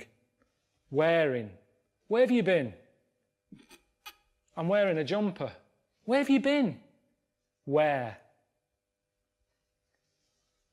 Brilliant. One word, two meanings. At the spa. Hello. I'd like to book an appointment for a treatment. Okay. When are you thinking? We're busy all today. Tomorrow? Can we just do it today? Can it just be available now? Can't we just do it that it's available now? There's nothing... Well, all right, I can fit you in. Someone hasn't turned up yet, so we can get you in sort of in 10 minutes. Okay. Right. Okay. What would you like? I would like a back, crack and sack waxing, please. I would like my back waxed, my crack waxed and my sack waxed. Right. Do you do the treatments yourself? No. I'd like you to. Well, I can't. Why not? Because I have to be on reception, taking calls. Well, okay.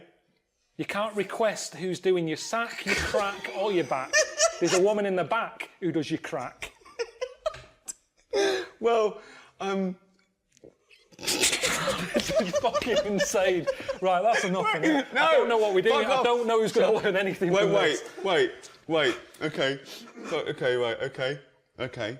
Well, ask me some questions about... Okay. Well, I don't have to ask you any questions. I said you can be going in 10 minutes. Okay. I'm not doing it. I'm a worker. I'm not paid or qualified to be sorting your arse out. Wait, okay.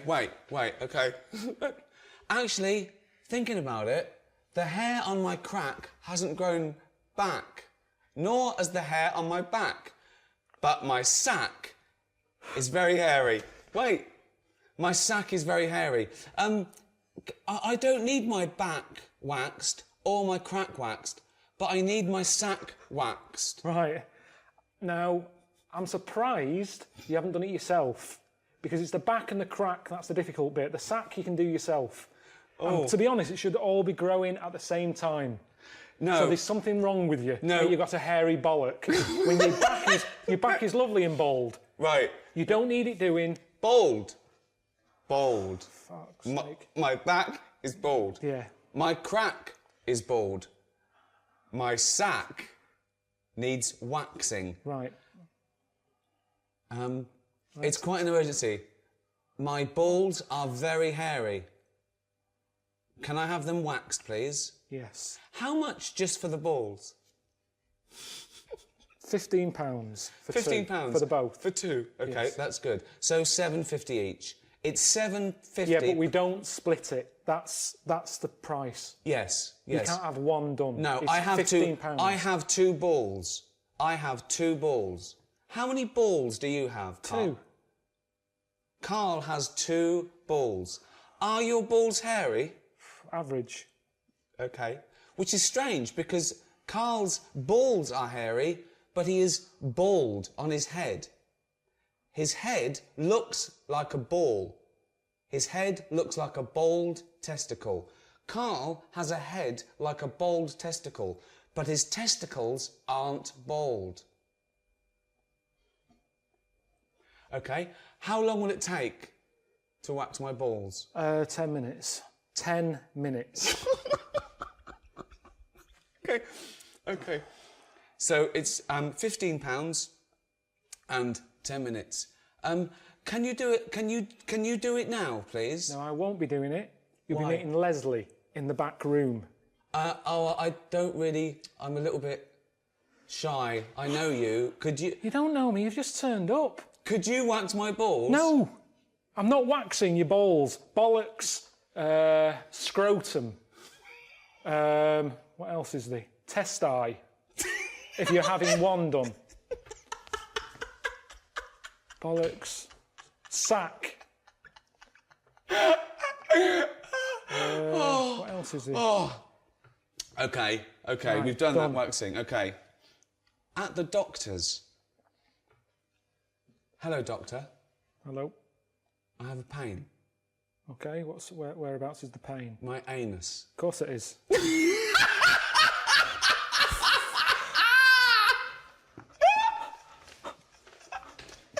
None of this is worth learning in a language. You go home. If you're ill, go home. No, if a foreign fella is in this country... He can go to the doctors and use our NHS system if he had an achy arse. He'd get on the first flight home. Why aren't you going travelling? You're here as a tourist. Yes. Yeah? Right, well, see London. Instead of worrying about your airy bollocks, see the London Eye. The London Eye. Tower of London. These are things that are going to be useful to them. Okay. Tower of London. London Eye. Buckingham Palace. The Queen. I've never been on holiday and had to have my anus seen to. I haven't had to have it seen to whilst I'm here, at home. Give them useful words. Fromage. Why are you teaching them a French word if we're teaching them English? I'm just saying useful phrases. Right. I've got a headache. Okay. What would you do? Okay. What scenario would you do to teach them? Who are Carl you? will now teach you a useful scenario. Yeah, who are you? Anyone you want me to be. What do you want to do? The bins haven't been emptied. Who? Okay. Who are you? You're making this scenario up. This is your... So who are you then, the council? It's up to you. Right, you're my neighbour. Okay. Why do you keep putting bins out? The bin men doesn't come till Thursday. You keep putting bins out. I'm sorry, Carl. I'm very sorry. I've had a bit of trouble. I woke up this morning and it's the worst it's ever been. I've got distended. I've got a prolapse rectum and I've distended. My testicles are very, very low because I'm old. I'm lactating. Yeah, all right. Listen, can you just put the bins out on a Thursday? I can't put my balls are so low because I'm an old man. But can you put the bins out on a Thursday? The bin men doesn't come till a Thursday. It's Tuesday. You're putting bins out too early. There's foxes getting at them. There's shit all over the place. There's dirty underpants you keep putting in the bin. I've told you it attracts foxes. Stop putting the fucking bins out two fucking days early when they've got to sit there and it attracts shit. I'm trying to sell me flat. There's dirty, shitty undies all over the fucking pavement. This has happened to you, hasn't it? Yeah, it has, yeah. Did it really? Yeah, it has. What did you do? They don't give a shit. They don't give a shit.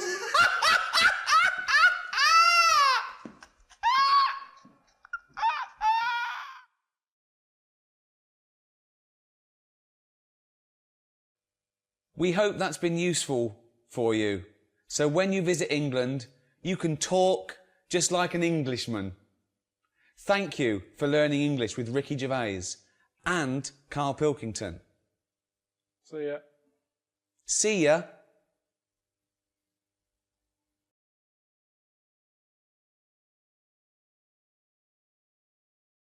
It was recently announced that the lifespan of the 3DS is coming to an end. You'll no longer be able to make purchases on the 3DS eShop by March of 2023, and the closeout's coming in waves starting in May. So I'm going to go ahead and make a video highlighting a checklist you might want to run through before the 3DS eShop closes, since you won't have it for long. This video is really going to be for those of you who like the 3DS and its library, maybe aren't into emulation, and want to be able to play games that may go unplayable in a legal format forever after 2023. We're going to start with some freebies you can get, and then move on to my recommendations for what to buy before the eShop closes forever. I am a hardcore collector, so this list is long. This list is basically anything I found of any gameplay value on the 3DS or Wii U eShops. This checklist is based off the North America 3DS eShop since I'm in America. Now don't panic buy or make rash decisions since you have some time left, and the list of actual exclusives to the eShop is limited. And another thing, do you have a My Nintendo account and a Nintendo Switch? Most non-DLC purchases on the eShop can get you gold points on your My Nintendo account to spend on the Switch eShop, but only if they're properly linked. I didn't realize my accounts were not all properly linked before I made the bulk of my purchases, so I definitely missed out on some big cash, but you can still earn some points to use towards Switch purchases. So I'm going to go in order of what I believe is important. Even if you don't have a huge budget for gaming, there are plenty of freebies you can get as long as you have a 3DS, a memory card, and an internet connection. One thing to note before I dive into the freebies that are being offered is that you will want to upgrade your memory with an SD or microSD card if you haven't already. The 3DS internal memory is piddling, and even the freebies will warrant more than a 16GB card if you want them all. While some sources give the official supported maximum as a 64GB card, you can actually use a 128GB card like I do, as long as you format it first. If you really want to experience the 3DS's digital library the intended way, or are a big game collector, I suggest investing in a decent sized card. One other thing to note is, while you can get SD cards to raise overall storage, DSiWare is limited to only being executable from your completely limited system memory. You can still back up the game's files to an SD card so you'll never lose them even when offline, but it basically boils down to only having a set number of DSi games playable at a given time without swapping them out in SD storage, thereby losing their save file. This really hurts RPGs and high-score based games, but there's not much you can do without homebrew or jailbreaking, and you can still technically play any DSi game at any given time, you'll just lose save data when you swap them back and forth between memories. I broke the list of freebies down into categories: single player, multiplayer, either, tools, trailers, and themes, and we're going to tackle single player games first. If you like Pokemon, you're in luck. There are 6 Pokemon freebies, and I'll start with my favorite, Pokemon Shuffle. While this one, Picross, and Rumble World are free to play with in-app purchases, they really are playable for free, which is what we're going to have to deal with once payments go offline. This is especially so for Pokemon Shuffle, which I've been playing since it came out many years ago. I can't remember ever spending money on it, and there are numerous guides to catching and training top-tier competitive teams floating around. I do say competitive in quotes since the competitions are for high scores, but you'll also want guides for the single-player content. Especially for puzzle lovers, I recommend this one.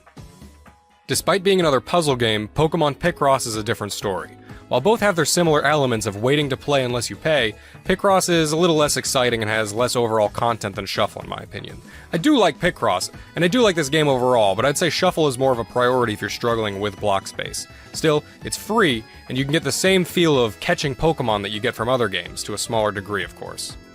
Now if you want more action-oriented gameplay as well as that catching and collecting kind of feeling, Pokemon Rumble World's a great free-to-play game which features actual Pokemon battles in real time. This one has good content even for free. Do be sure to check out Rumble U on the Wii U, which is exclusive to its eShop and uses these proto-amiibo figures. That brings us to the Pokemon Special Demos: Detective Pikachu, Omega Ruby and Alpha Sapphire, and Sun and Moon. I never played Detective Pikachu, but there is a special free demo version of it on the eShop that takes you through some of the basic gameplay you can expect in the game.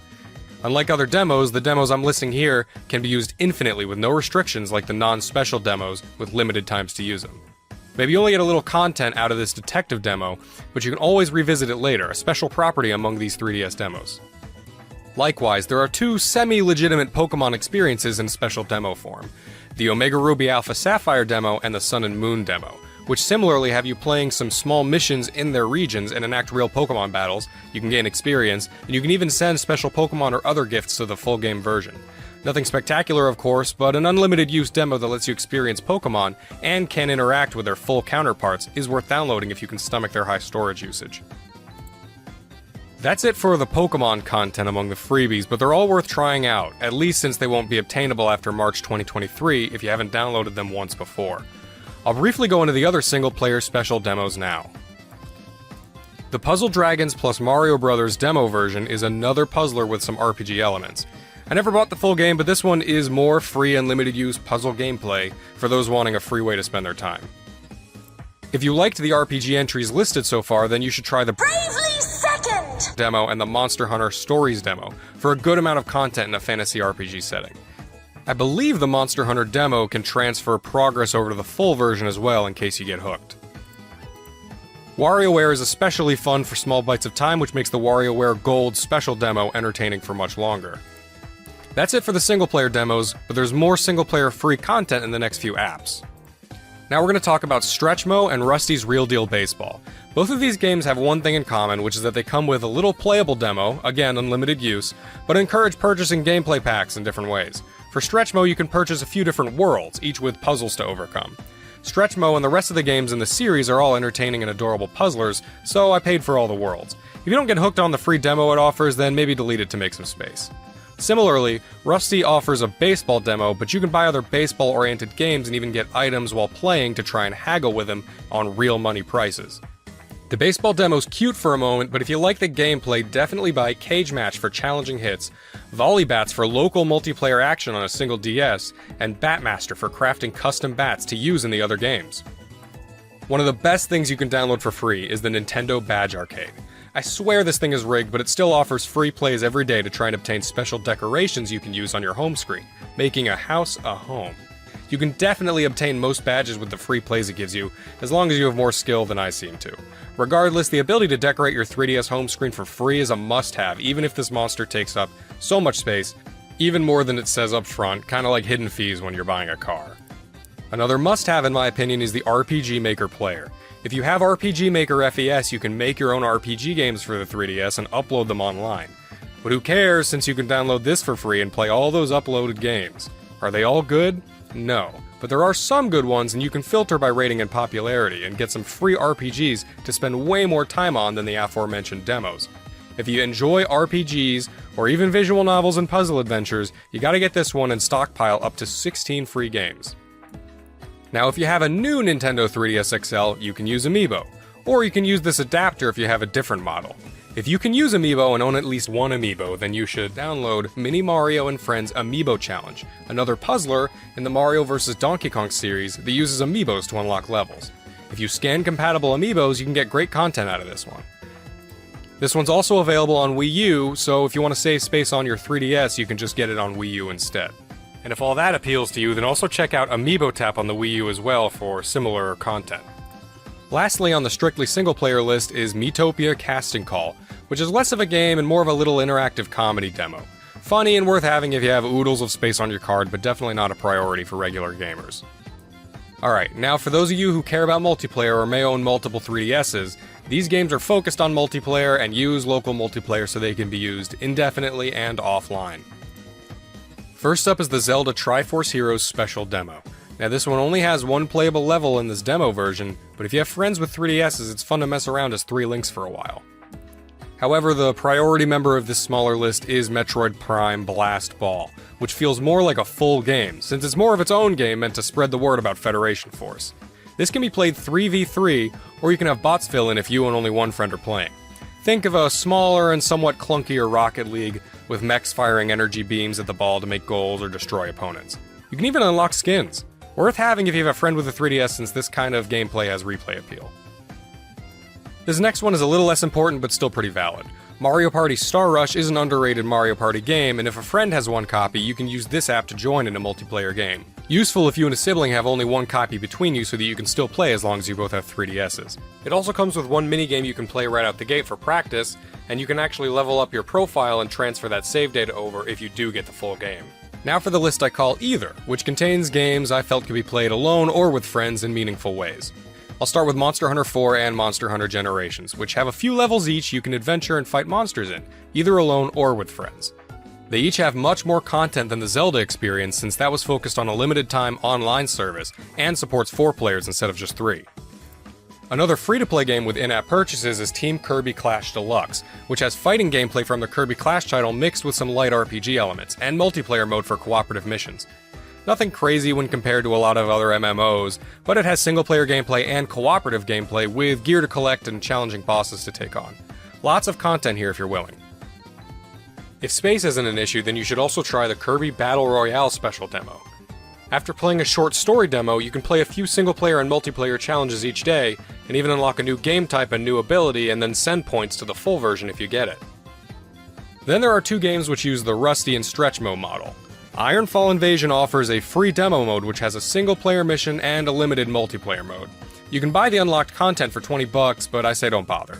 The single-player mission isn't anything to shake a stick at, but if you and friends want an over-the-shoulder shooter for local multiplayer, you can have 6 players duke it out with the machine guns and grenade launchers. If you have a new Nintendo 3DS XL, you can even use the C-Stick for a pseudo-dual-stick experience.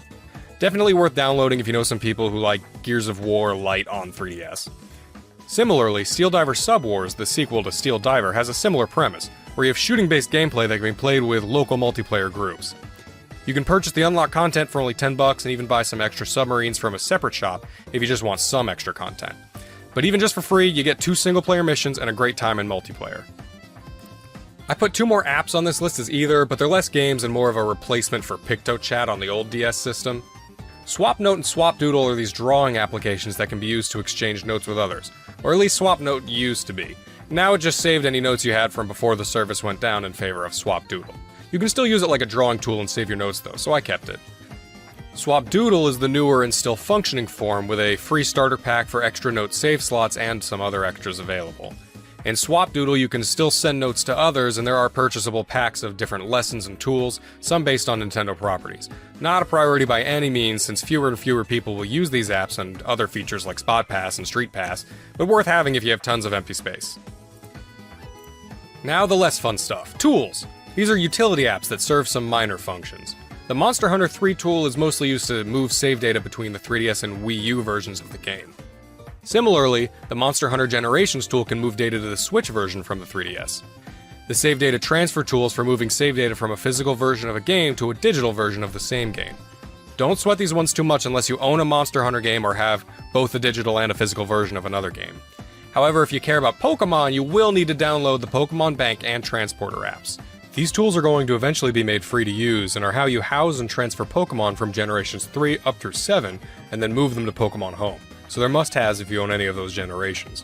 Furthermore, if you have the Virtual Console version of Generation 1 or 2 games on your 3DS, this is used for their transfers as well. You can download the Poke Transporter app from within the Pokemon Home app itself. Now the least useful of all of these isn't really a tool, I just put it here since it's not really a game per se. It's Photos with Mario, an AR card app that lets you take photos of Mario characters in different locations as long as you have the right cards. It's basically useless unless you have one of the compatible cards, but it is free and maybe you'll get a pack in the future, off eBay, only worth having if you can spare the space. That's all for applications, but there are a few trailers that are free. Definitely only look at these if you have tons of space, i.e. a 128GB card or something like that. You can download the trailers for Kid Icarus Uprising, Donkey Kong Country Returns, Zelda A Link Between Worlds, and Metroid Samus Returns. You can also download a video with some clips relating to Halloween-themed levels in gaming. These are just videos, but cool and/or cute things to look back on, especially since some of the footage shows previous builds of the game with different graphics. Not a priority by any means, but I like preserving these things for some reason. And finally, for the freebies are the themes. There are several 3DS themes that you can still get for free, most of them listed in a free section in the theme shop. However, I found one bundle of themes that was free but listed instead in the game-specific section, the Gurumin themes. I'll touch on Gurumin later, but it's an adorable game and the themes appear to be free for everyone. I thought at first it was because I had Gurumin 3D purchased, but I do have some spare 3DSs with different accounts on them and it was free on each of them too, so you should check it out. The other free themes are neat too, more interesting than basic colors in my opinion. And while you're here, buy any other themes you would want to since it won't be possible down the road. I want to mention one more thing before I go into my recommended picks for the eShop. These are not immediately going away, but for those of you who have the space, you should consider downloading updates to popular games that you may get down the line, or games that you have now. These can be found by filtering the search and putting the max price at 0. Some of these updates improve stability or fix glitches, and one day they may go away. But no pressure since they're not in any immediate danger. Just something to think about. Oh, and I wanted to mention 2 other little free things that you can get if you haven't already. In the Street Pass Me Plaza, you can get one of 2 free games, a stock market game and a slot car racing game, but I assume most of you have already as long as you've been using the Street Pass Me Plaza. And another freebie you can get as long as you have a My Nintendo account, Flipnote Studio 3D, which is a successor to the Flipnote Studio on DSi. Okay, now for a rapid fire of the games that I want to recommend. I'm just going to give brief descriptions or even just put up a second of gameplay so that you can know whether or not you want to look into that particular game. Let's start with the list I'm going to call priority games in no particular order. And I have purchased most of, if not all of the following titles on some system. This is just how I spend my paycheck. Not all games I list will technically be eShop exclusives, but many of the games on this list will either be difficult or impossible to legally play otherwise, especially the DSiWare titles. First off is Photo Dojo. Do you like fighting games or beat 'em ups? This is either with local multiplayer off of one DS, and you can be the fighter. While not a very deep game, it is a really fun one I've been playing since I was younger. Next is Game & Watch Donkey Kong Jr. Actually, the whole library of Game & Watch is recommended, but if you have to pick just one, I like Donkey Kong Jr. the best. Dragon Quest Wars. Fans of strategy games need this one. It's got local multiplayer on a single DS, and features adorable Dragon Quest characters and a decently smart AI.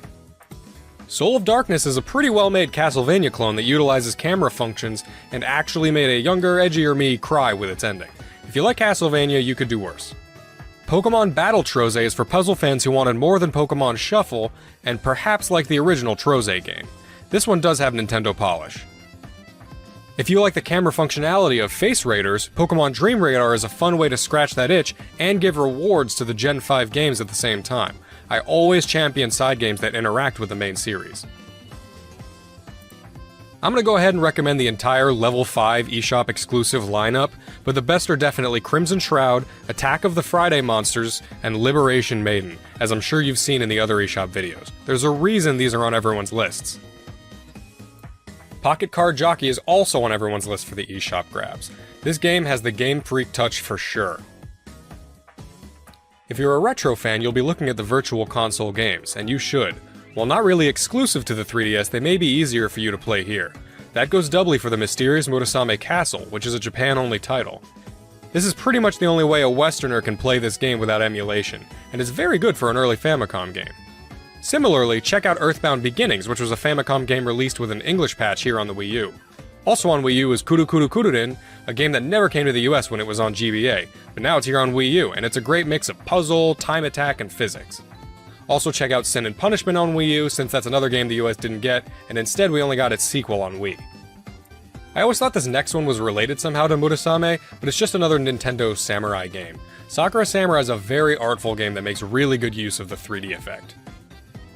If you like Street Pass, you need to check out the Mii Plaza games. I went ahead and got them all, but at least for your free game, get Slot Car Racing. I would also recommend Mii Force and Monster Man are the most from the others, though I do think they all offer a fun experience with interactions from other players if you can get a Street Pass. Also take a look at the premium paid update for Street Pass Plaza, which adds a few small features. The next one you might skip since there are other games in the series with very similar gameplay, but I do adore the Yumi series, especially Yumi's Odd Odyssey, a puzzle platformer on 3DS. Maybe skip it if you have its sequel on Switch. This DSiWare exclusive is a mix of stealth and puzzle gameplay, a clever game called SKP Go. I've been playing this one since I was younger, and it has a little storyline about an amnesiac who's pursued by assailants, and challenging gameplay along with it. Another one I grew up with, Elemental Masters, is one of those TCG role-playing games set in a fantasy world. Kinda similar to Puzzle Quest in the setup, but the gameplay is more like a side card game from a regular RPG, like the one in Final Fantasy VIII, or the Digimon TCG in Digimon World 3, or Pazaak. I'm currently having a lot of fun playing Chibi Robo Photo Finder. Now, I never had or played the original Chibi Robo, but I did play Park Patrol on DS and thought it was fun, and this one scratches that similar itch. Consider getting Inazuma 11, a soccer RPG game that does not get many releases in the US, though if you're in the JP or PAL regions, there were many released in the series. I love when RPG elements and stories get mixed with non-traditional setups like sports or random careers. Take a look at the other members of the Pushmo series, like Pushmo and Crashmo, if you like Stretchmo enough to buy the level packs, that is. Also check out Pushmo World on Wii U. I'm addicted to them all right now. Also, if you do care about Pokemon, then grab the Game Boy and Game Boy Color Virtual Console versions, since they have connectivity with the other games, as I mentioned before. Long story short, this is the only legit way to transfer Gen 1 and Gen 2 originating Pokemon up to the new games. It's also one of the only legit ways to shiny hunt Celebi, since Crystal comes with the special Celebi event preloaded. If you like the BlazBlue series, consider the DSiWare game BlazBlue, or the 3DS game BlazBlue Clone Phantasma. Neither's amazing, but still decent side games for lovers of the BlazBlue story, or already own a game like X-Blaze Code Embryo on PS3 for the story. And go ahead and look at Pro Jumper and Radio Hammer while you're on the Arxis and Axis pages in the eShop. Birds and Beans and Paper Airplane Chase are WarioWare micro games for sure, emphasis on micro, but both have addicting high score-based gameplay.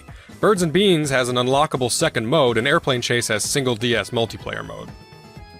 A similar title, Spotto has simple gameplay, but physics-based games are always a treat. If you own or care about Smash Bros. On Wii U, you can get this cheap app to use your 3DS as a controller for the Wii U version.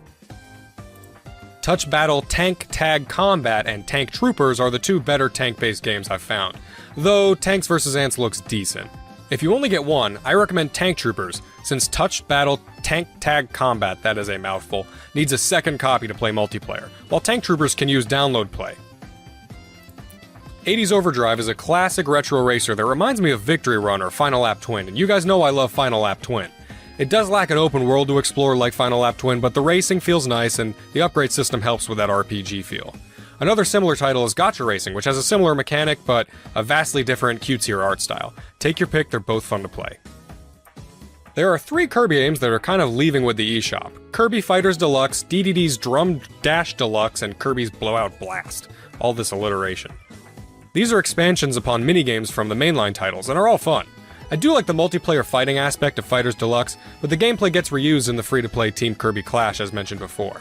Blowout Blast is a well-made 3D platforming action game, and DDD's Drum Dash is a rhythm game that somehow reminds me of some of the bonus stages in Klonoa on GBA. All are worth getting in my opinion since they have that Nintendo polish. This is the part of the video where I realized it was going to take way too long to capture all of the 3DS footage manually like I've been doing, and I wasn't experienced enough to edit it all together and keystone it correctly. So from here on out, we're mostly going to be looking at the 3DS eShop listings and other very small clips, and I might have to cut some things down. But we're going to get all the names out there of the games that I think are important. Another rhythm platformer everyone's talking about is Harmonite, which I personally think may be a little overhyped, but I still think it's a great game, and it's a shame it's going away. Take a look at Maestro Green Grove as well if you have the system storage to spare. There are a lot of good shoot-'em-ups that will be going away. Karis, the Beast of Re-Eden is not an amazing game, but is based on a Japan-only shoot-'em-up that we didn't get here, and I love it when games get this import treatment years later. Another game to get a similar import was Rekka, which is an astoundingly hard and fast-paced game. The Turvy Strike Back is a unique game in which you turn the DS upside down to play, and has single DS multiplayer mode. Can you tell yet that I love single DS multiplayer mode as a feature? I really liked Advance Wars back in the day too. Galaxy Saver is another well-made shoot-'em-up which does have local wireless play, though 2 copies are needed. Still, single player is worth its price tag. Nano Assault DX is another one I've had for a while and gives a unique spin on the genre and has good 3DS effects for those who actually care. Also check out the litany of shoot-'em-ups under the GG label. Search for the publisher Good Vision Corporation, as most are well made. They're pretty cheap, though they lack all the extras, modes, and pizzazz of some other titles. Still, cheap and fun for most games under this label, and they're not just shoot-'em-ups. Also take a look at Kokuga, Chain Blaster, and Steel Empire. And while not really a shoot-'em-up, Affordable Space Adventures on the Wii U is a great game with co-op gameplay, flying a ship around dangerous space. Though you can get this next action-adventure title on other systems like the PSP, the 3DS version of Gurumin 3D does have a unique feature in the 3D visuals, something which can be said of any game ported here, but Gurumin is also a terrific and cheap game which often goes on sale. Fans of puzzle and adventure visual novels should try out the Parascientific Escape series and Cold Case Investigations Distant Memories. I loved 999 on DS, and these help scratch that itch when I'm on the go. For golf lovers, especially those who like golf games with mild RPG elements like I do, look at Fun Mini Golf Touch, as it's cheap and has plenty of unlockable options and upgrades. Also look at Let's Golf 3D and True Swing Golf Express for similar features. Here's an odd one, I don't know how to classify this. Alien on the Run is kind of an action game that has a weird but comical premise with fun gameplay and a pretty cheap cost. I'd be remiss if I didn't mention the Mario vs. Donkey Kong games we're losing. I loved the original Mario vs. Donkey Kong on GBA as a kid, and also played a bunch of Donkey Kong 94. Minis March Again features a Lemming-style gameplay and has a level editor adding replay value. Minis on the Move brings the series into a 3D space and has unlockables as well as over 200 stages. Tipping Stars is slightly expensive for this list at $20, but you get a Wii U copy as well. The aforementioned Amiibo challenge is part of this series, but like I said, it's free as long as you have an Amiibo that works with it already. One thing to note about Tipping Stars is, unless they patch it before the shop goes down, you can't actually unlock everything in the game. There was an unlock feature in there based on the Miiverse, which is now offline, so you have to pick what you buy in the shop. Kinda sucks, but maybe they'll fix it. Either way, it's still worth grabbing for the single-player content. Now, if you're a fan of puzzle games and Dr. Mario, take a look at Dr. Mario Express for a cheap way to play the original game, or snag Dr. Mario Miracle Cure for extra gameplay modes. And then also check out Dr. Luigi on the Wii U. I never got into this series until now, but the mix of action and tower defense in the Dylan series is interesting. The third game is quite expensive at $40, but is probably the best of the three. Still, they're all good and gonna be gone forever until further notice. Die-hard fans of the WarioWare series should get WarioWare Snapped. This one uses the camera as its sole control scheme, like the Kinect, to mix results. Even though it's short and maybe a tad off kilter, it's truly got the spirit of WarioWare, and like the other titles, even messing up on it's funny. Similarly, Face Pilot is like Pilot Wings, but with your face as the controls, and probably controls better than the Kinect. Alright, so now I'm going to go into a long list of RPGs. Action RPGs, traditional JRPGs, and everything in between, since there are so many on the eShop, and I just can't stop buying them for some reason. Many of these go on sale frequently, and I'm a sucker for RPGs and would recommend any of these, really. Naturally, you're liable to pick one or two from the list, and you can't go wrong. Okay. Xenonia, Ash, Machine Knight, Infinite Dunamis, Cronus Arc, Alphadia, As Divine Cross, Unlucky Mage, Brave Dungeon, Cristorino, Journey to Crazia, Legna Tactica, The Abyss Quartet, The Witch and Hero series, the X-Cave trilogy, the Legend of Dark Witch series, Demon King Box, Bonds of the Skies, Dragon Sinker, Faerun, Crystal Adventure, Kingdom's Item Shop, Adventure Bar Story, Adventure Labyrinth Story, Symphony of Eternity, Dragon Lapis, Crystal Monsters, Pick Dun 2, the River City series, Weapon Shop de Omasei, Absolute Baseball, Ikachan, The Keep, the Denpa Men series.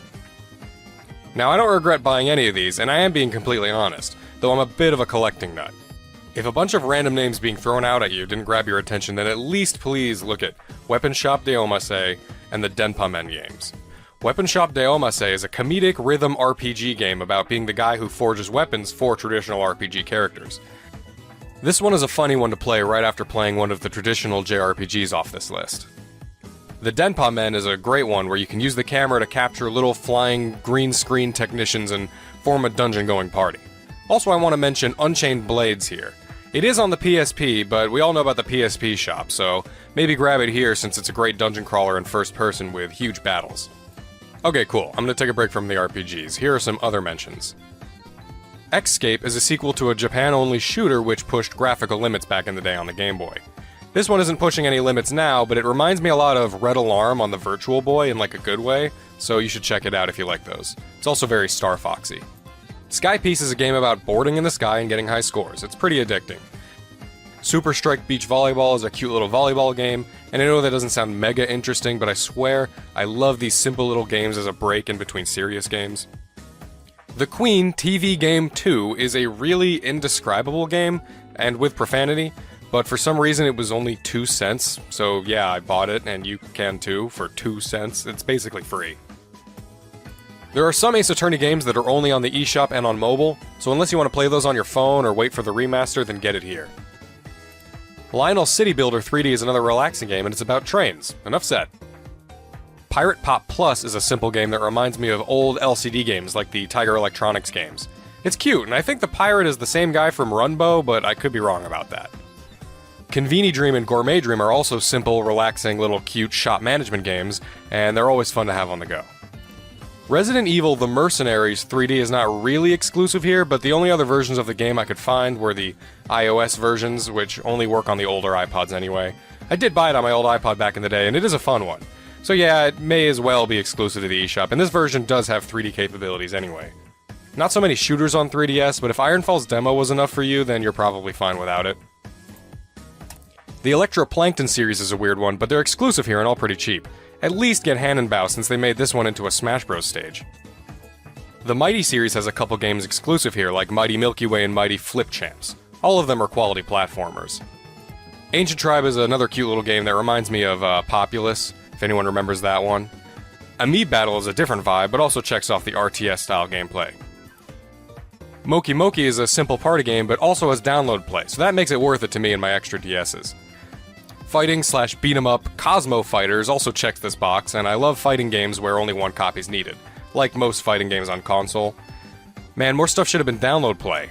Mononoke Forest has a similar aesthetic feel to Moke Moke, but their gameplay is completely different. Very cute though. The Spirit Hunters duo are like the Denpa Men, but if you like creatures better than weird men, then look at these ones. After Zoom is a similar concept, but the art's probably somewhere between Spirit Hunters quality and Denpa Men quality, which I didn't really like the Spirit Hunters creatures personally. Animal Puzzle Adventure actually got my attention for having a unique puzzle style.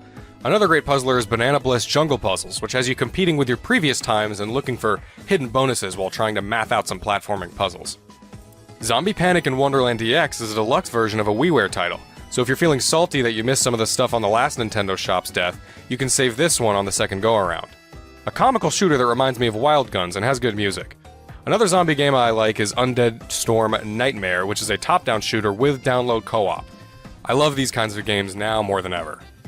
You should also check out Zombie Incident, and while you're on the Colavier publisher page, look at Words Up Academy, Monster Combined Tower Defense, Comic Workshop 2, and their aquarium games Deep Sea Creatures and My Aquarium 7 Oceans. This publisher has a lot of cute games, which I'm kind of a sucker for. Puzzle Labyrinth is a great first-person puzzler. Dot Eater's another first-person style game, but instead of puzzles, you basically become a first-person, time-traveling Pac-Man. Other puzzlers I want to mention are Snapdots, Spin 6, Number Battle, Trajectile, Quetzal's Corridors, and Lincoln Launch. The Virtual Console version of Super Mario Bros. Advance 4 Super Mario Bros. 3 contains the e-reader DLC that never got released here otherwise, so if you like Mario, you should check it out. You may also want to check out Pokédex 3D Pro if you're a die-hard Pokemon fan, though it's a little pricey for what it is. It does have some quiz games to check your knowledge. And to wrap it up, here's a rapid fire of some smaller titles I still want people to check out before they fade into the past and obscurity. A Kappa's Trail, Luxley, Clash of Elementalists, Rhythm Heaven Megamix, Groove Heaven, The Usagi Duo, The Lost Town Duo, Sadame, Castle of Magic, Arrow Porter, Starship Damray, Gata Protectors, Defense of the Middle Kingdom, Dairojo Samurai Defense, Chronos Twins, Petit Novel Harvest December, Swords and Darkness, Grinsia, Creeping Terror, the Silver Falls games, which are apparently getting new releases soon, Fragrance Story, in case you didn't get a physical copy recently, Hazumi, Butterfly, Inchworm Animation 2, Amita's Path, Space Lift Danger Panic, Color Zen and Color Zen Kids, BitBoy Arcade and Puzzle Box Setup, Dress to Play Magic Bubbles, Escape Vector, Fluidity Spin Cycle, Crazy Construction, Cube Tactics, Pyramids, Ambition of the Slimes, Drancia Saga, Alchemic Dungeons, Jet Rocket 2, Siesta Fiesta, Bomb Monkey, Tokyo Crash Mobs, Art of Balance Touch,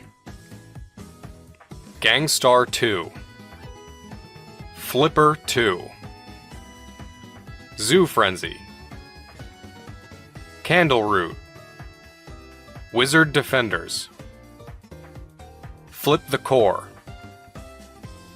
Flametail, Metal Torrent, Penguin Patrol, Aura Climber, Smile Basic, Kersploosh, and Castle Conqueror Heroes. And that was the end of the list of specific titles. Whew! You should also check out specific publishers that you care about and see if anything strikes your fancy. Also check out the Virtual Consoles and 3D Classics, as well as the GG series for short, cheap arcade action. And finally, check for DLC. If you care about any DLC, such as the Fire Emblem DLC, get it while you can. I'll list some of the popular games that have DLC that you can buy. Fire Emblem Awakening, Fire Emblem Fates, that's the kicker right there unless you have the expensive special edition, and Fire Emblem Echoes. Senran Kagura 2, it has an extra playable character you can buy. The Monster Hunter games, they all have free little updates and extras. Persona Q. Super Smash Bros. Get all the characters. Theatrhythm. You can get some songs that you really should have gotten with the base game for the same price as an actual iTunes song. The Shin Megami Tensei games. Bravely Default. Mario Golf World Tour. Fantasy Life. The Harvest Moon series. The Etrian Odyssey series. Coldcept Revolt. RPG Maker FES. You can get some extra resources to build with. Hyrule Warriors Legends. And 7th Dragon 3 Code VFD. Alright, awesome. That's my huge, way too long checklist for the eShop before it closes. I know it was a long video, but you have to be thorough and complete when something like the finality of a closing bank of games happens. Thanks for watching, and I hope something on this litany of things educated you or helped inform you on what you want to get before it closes. If you have any comments or questions, I will definitely be in the comments on this one since this is my biggest project, and my first scripted video on the channel, and want feedback and to hear your picks in case I missed a big one. I'd be excited to hear about another one I can get before it's gone, so please share. Also, I want to mention that a lot of these games do go on sale, so maybe stock up on your credit and then wait until the last possible moment and grab anything that's on sale. Alright, thanks for watching. XFM 104.9. Sorry, I was going to back announce that track and just mention it was Elliott Smith and the track Son of Sam. Well, I think I'd just better ask Karl a couple of quick questions about Hitler. Then we can, you know, get on with our lives. Okay, yeah, we can tick that particular box. Yeah, put that. Yeah.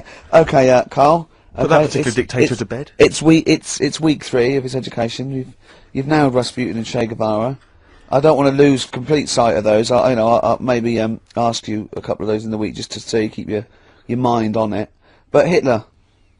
Tell us the story. What have you learnt? Do you want to ask some questions? No, not really. Just sum it up in a minute. What do you think? Can't do it in a minute. Well, can I ask some questions then? Where was he born? Austria. Tell us about his early life. Right, he was a young lad. Brilliant. What in his early life? Okay. Yeah. What's the name? His mum was his dad's second cousin, which is a bit weird. Yeah, that is weird. They had 5 kids. He's going, yeah, it's usually first cousin where I come from. Oh, that's unfair, isn't it? There's no need for that. There was 5 kids, but only 2 of them, including Hitler, including him and his sister survived. The others died at an early age. Okay. Right. Anyway, so they grew up, and the mum died and the dad died and that, and he thought, oh, what am I going to do? Because he didn't do well at school, didn't have many qualifications. No. Liked art. Did he have a GCSE in history? Liked art, right? And then, so he said, right, I'm going to go to Munich. I missed a bit out, actually. Jewish people were in Austria, he didn't really like them. Okay. He thought they got, you know, special treatments and stuff, and just didn't like him. So he went to Munich, and he joined the army. Right. Yeah? Yeah. And he was in the army, and he got injured. Right. So he went to hospital, and whilst he was in hospital, the World War One ended, and he was like, "Oh God, I want." I was enjoying that. Yeah, well, you know. So don't, because you're breaking the concentration. Yeah, sorry. I'm not even sure I want to join in on this one, just in case. Okay. Right, go on. Right. So he was in hospital. World War. He's in War hospital. It gets a bit better. He's never that fit though. He's one of these blokes who was always ill. Was on something like 30 tablets a day or something. Comes out of there, joins some other army. Right. God, you know, I knew it all this morning.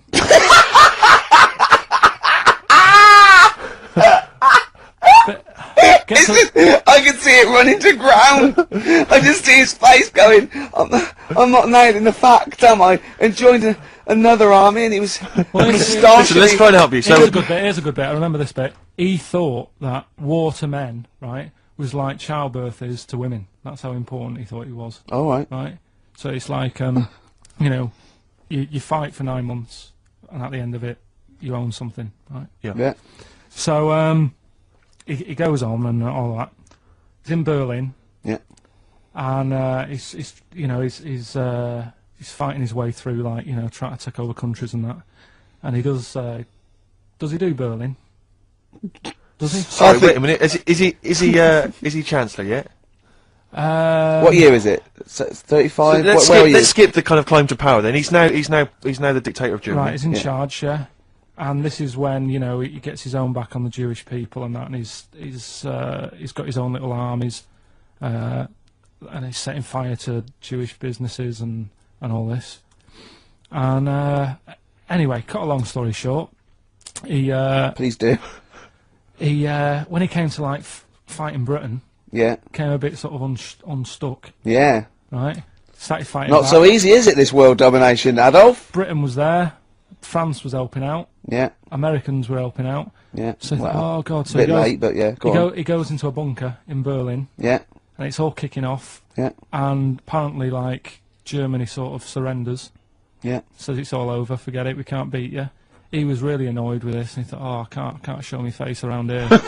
So he because it would be embarrassing. He's with his missus, who nobody knew was his wife, right? Eva, in this bunker. Yeah. And so he said, "I've had enough of this." He shoots himself. Yeah. She poisons herself, and the chauffeur buries them or something, or burns them. Right. And in all the time he was in charge, 50 million people died. So that's 1918 to 1945. Yeah. Between it felt like that. Between Travis and the Red Hot Chili Peppers. Next week. That's fantastic. That's remarkable. I have to say that you sort of lost your grasp somewhere along the line, because you started off confidently, but you lost your I've had a really busy week, and last night I was like whizzing through it. Sure. And then this morning I woke up, and you know, Suzanne had been away for about 3 days, right? Yeah. I hardly spoke to her. She's been busy, I've been busy. First thing to say when I wake up, oh, just ask me some stuff on Hitler. You are romantic. That's great. That's how stressful it's getting. But I knew it all this morning, honestly. No, but that's fine. I think you've summed up the, you know, you've done that. Right, just for a bit of balance, I've got your next week's homework. It's the same series. There's little books. There's tiny little books, just 3 inches long by 2 inches wide. Crammed with so much information. Though. Winston Churchill. There you go. You'll enjoy that. Yeah. I'm getting a bit bored now, though. This is what happened in school. Think of the listeners. Did really well in infants. Once got to secondary, lost interest. Was it the breakup between you and Harris? And Zoe? I wondered if you spiralled into something there. Yeah, because it's like all these other, you know, these men of history. They always had sort of things happen in their early childhood, didn't they? Maybe yours is the Zoe Harris dress incident. Well, let's just refer to it as the Zoe incident. Yeah. From now on. Yeah. Yeah. Winston Churchill, the bit I left out in the Hitler story, Hitler was scared of this man. Yeah. And I can tell you something else about Winston Churchill. Go on.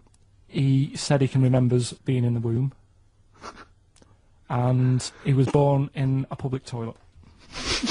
Play a record. That was the Travis, and some flowers through my window. This is XFM 104.9 of a Saturday afternoon, just gone 6 minutes past 1. I'm Ricky Gervais, with me Steve Merchant. Hello Hi. there, hi. Good to talk to you. Karl Pilkington is over there. Alright. Hey. Keeps it real. Yeah. Respect, Karl. Oh. Rick, I just think, you know, we want to lift off the show straight away into the stratosphere. Yeah. And the best way to do that, it seemed to me, was to resurrect a game we used to play when we first began the show in old XFM days. Do you remember the game? Do you remember the game Make Ricky Gervais Rub me hard. Rub you hard? No. No, that was only in the pilot. We never actually did that on live. Okay, right. No, it was the game Make Ricky Gervais Laugh. Oh, I remember, We used to get people, Carl, you probably didn't hear it, we used to get people to sort of send in pictures and jokes and stuff, and if I could make Ricky laugh on air with those, he won a toffee, then they won a gift of some kind. Yeah. Anyway, a lot of emails actually saying people love your laugh, Rick. So in a sense, we're giving the public what they want. They must be taking the mickey. But this is a picture I found in today's copy of The Sun, so if you're listening at home and you want to know what the picture looks like, rush out and buy a copy, only 40p. Yeah. And, are we sponsored by The Sun? We do White Van Man. Exactly.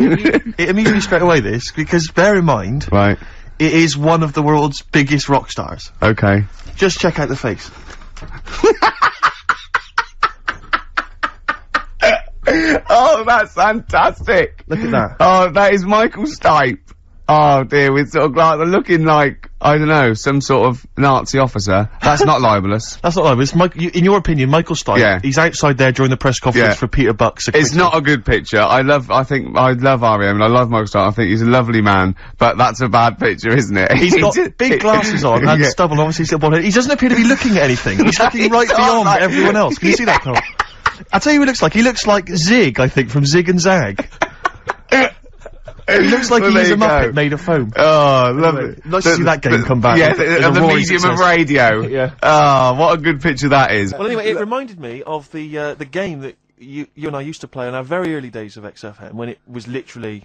Make Ricky Gervais Laugh. Make Ricky Gervais Laugh, which was a great game, I think. I remember the first one. It was that fella drinking a pint of beer. Yeah. I remember the very first time. It never, I tell you what, it's not what, great. Though? Ant and Dec do it now. They actually, it's very similar to Make Ricky Laugh. It's called Make Ant Laugh. Interesting. So many of our great ideas have been stolen. Yeah. Or stoled. Stoled, yeah. Anyway, I was looking through the paper in the week, and there was a picture which which I think might be a Ricky Gervais, Make Ricky Gervais Laugh. I don't know. Again, obviously, it doesn't really work for the listeners at home, but I'll try and do my best to describe it. Can we stop saying my name because it's like a Dave Gorman project? Can we just stop? It's getting. They say a word often enough, it doesn't mean anything. Yeah. Let's stop saying Ricky Gervais. Well, what we're going to refer to you as? All right. Well, Make Fatty Laugh is a new game. I'm trying to get one of those squeaks of a laugh. I'm concerned because I know. I'm not a monkey. I'm not sure, you're not a performing monkey. No, okay. I know that. Right. But anyway, let me just briefly summarise the story for those at home. Okay. The headline was Mum 48, a mother of 48 seduced boy of 14. Well, that's not funny. Not her own boy, obviously, but a neighbourhood child. I don't think it's a funny story so far. He said Grand Lana Allen, 48, led him upstairs and undressed to her waist, then took his trousers off. Okay, bear that in mind. This is a quote. This is a quote from him, right? Bear in mind, he's a 14-year-old boy. He's quite excited about this. He says, "Then we had sex. It was every boy's fantasy." All right. You're going to show me the picture of her now, aren't you? So it's a picture of her. This is not. Bear in mind. This is. In his own words, Rick. Right. In his own words, this was every boy's fantasy. Okay. Here's the picture. It's a silent laugh. He's collapsed on the floor. I wasn't expecting. I was thinking it looked like a fat man. I was not expecting that. Oh my god. Oh god. She looks like the drummer of Iron Maiden. She looks a bit like Lemmy. But I tell you, she looks like reminds me of most. Did you see those? They've got one with a fag on as well. No, I know. It's just that's her with them out of makeup though. Carl, have you seen Every Boy's Fantasy? You should see. Oh God! Oh, have a look, Carl. Oh God! How old is she? 48. Oh God! Oh, 48. That's lovely. Right. Come up to Christmas. Some people forget the true meaning of Christmas. I just think it's drinking and giving presents. But obviously, it comes from the story of the nativity. Very briefly, what is the story of Christmas, as you remember? It's baby Jesus was born. That's it. Okay. Can we expand on that a little? Let's start the night before. What happened on Christmas Eve? She was Mary was pregnant. Right. She's wandering about. You know, probably knowing it was due. Was she knocking about with the three fellas at that point? No. No. Three fellas being... The wise men? No. She wasn't with them? No. Who was she with? I honestly don't know. What was her husband called? Her husband was... I don't know. I wasn't that interested in Ari. Jesus was born. Right, okay. And Mary and Joseph, yeah? Yeah, yeah. They travelled, didn't they? On a donkey. Yeah. What happened? She's pregnant. Yeah, we've done that. And then she's like, I'm going to have this kid in a bit, sort somewhere out. Right. He says, we're going to struggle. She came from Salford. It's Christmas Eve. Right. And they stayed at No, it wasn't Christmas Eve, was it? All right, then it's just a normal day. Yeah. And they stayed, they couldn't find it. They couldn't find anywhere. Right. So they stayed in a stable. Right. She had the kid. on December 25th. That's it. Then what happened? That's it, really. No, it was the three fellas she was knocking about with at the beginning. The wise men. Right. And there was a star involved. They followed a star. You see, you're making me look like a divvy, but it wasn't an important lesson at school. I'm not a Catholic or anything. I'm nothing. I'm sort of... My mum even said, she said, don't tell anyone that you're not anything. She said, because something about witches. When I was a kid, when you're a kid, you're at risk of being taken away. People think he's a character. People think this is scripted. No. Imagine if I bothered writing this. But it's not important. It's so not important, this story. What did your mum say about witches? No, she just said don't go around telling people you're not christened or anything.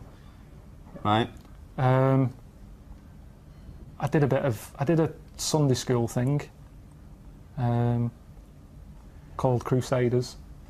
Right. Joined that, but I just went on like the Friday when they had Sabutio, table football, and then they came knocking on the Sunday saying, "Come on, you've got to come with us." Right. And I went, and it was rubbish. There was no Sabutio. There's an old fella reading out a smelly Bible, really old books, and I hated it. I said, "I'm not going on a Sunday again."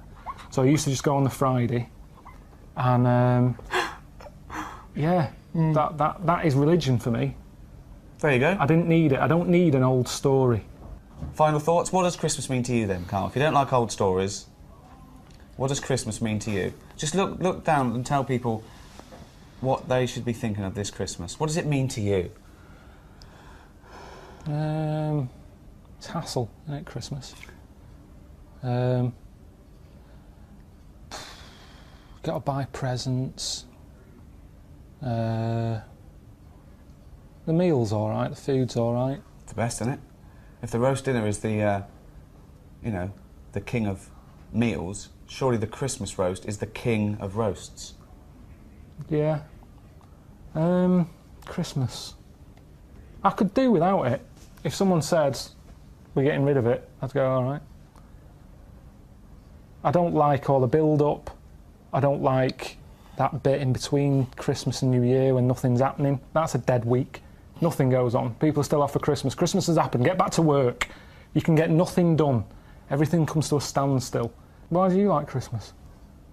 I like being allowed to drink gin and tonic at 10 AM while watching Noah Ledman's give little sick kids presents. Well, that's what I mean. That's what it's about. It's not about, you're saying to me, telling me the story of baby Jesus. You haven't got a clue yourself. It's not about that. It's about, like you say, eating chocolates. Same as Easter is for fat people with chocolate. I love Easter. No, you don't. You like eggs. You like chocolate, you fat little... Do you know what I mean? So, we don't need it. Maybe back then, when you were, you know, wise men knocking about a desert, they needed something to look forward to. They probably didn't live that long. I don't think they were looking forward to Easter, though, were they? No, but listen... But Jesus certainly wasn't looking forward to Easter. Back then, when you watch Scrooge, everyone's looking forward to it. Tiny Tim, go and get a chicken. Now, these days, have a chicken when you want. Anyone can afford it. So it hasn't got the same values. Tiny Tim, go and get a chicken. Oh. Happy Christmas. Brilliant. Right.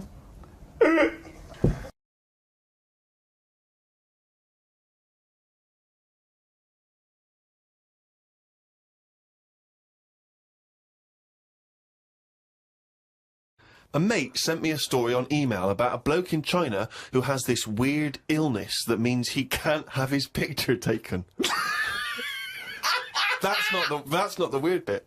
If he tries, his body doesn't appear in the photo. Don't talk shit. He has had group pictures taken and everyone appeared apart from him. Don't talk shit. The That's story bollocks. had a picture next to it of a family photo and it said he was stood at the back, but you couldn't see him. Right, he wasn't in the picture. He was in the picture. No, he wasn't in the picture. He's done loads of tests and stuff. No, I haven't done loads of tests. This is bollocks. There's no way this is scientifically possible. What's his want? Yeah, no, he's wanted. Just a white bit of paper up on the police wall. Have you seen this man? What man? If you see him, tell us. You're talking shit.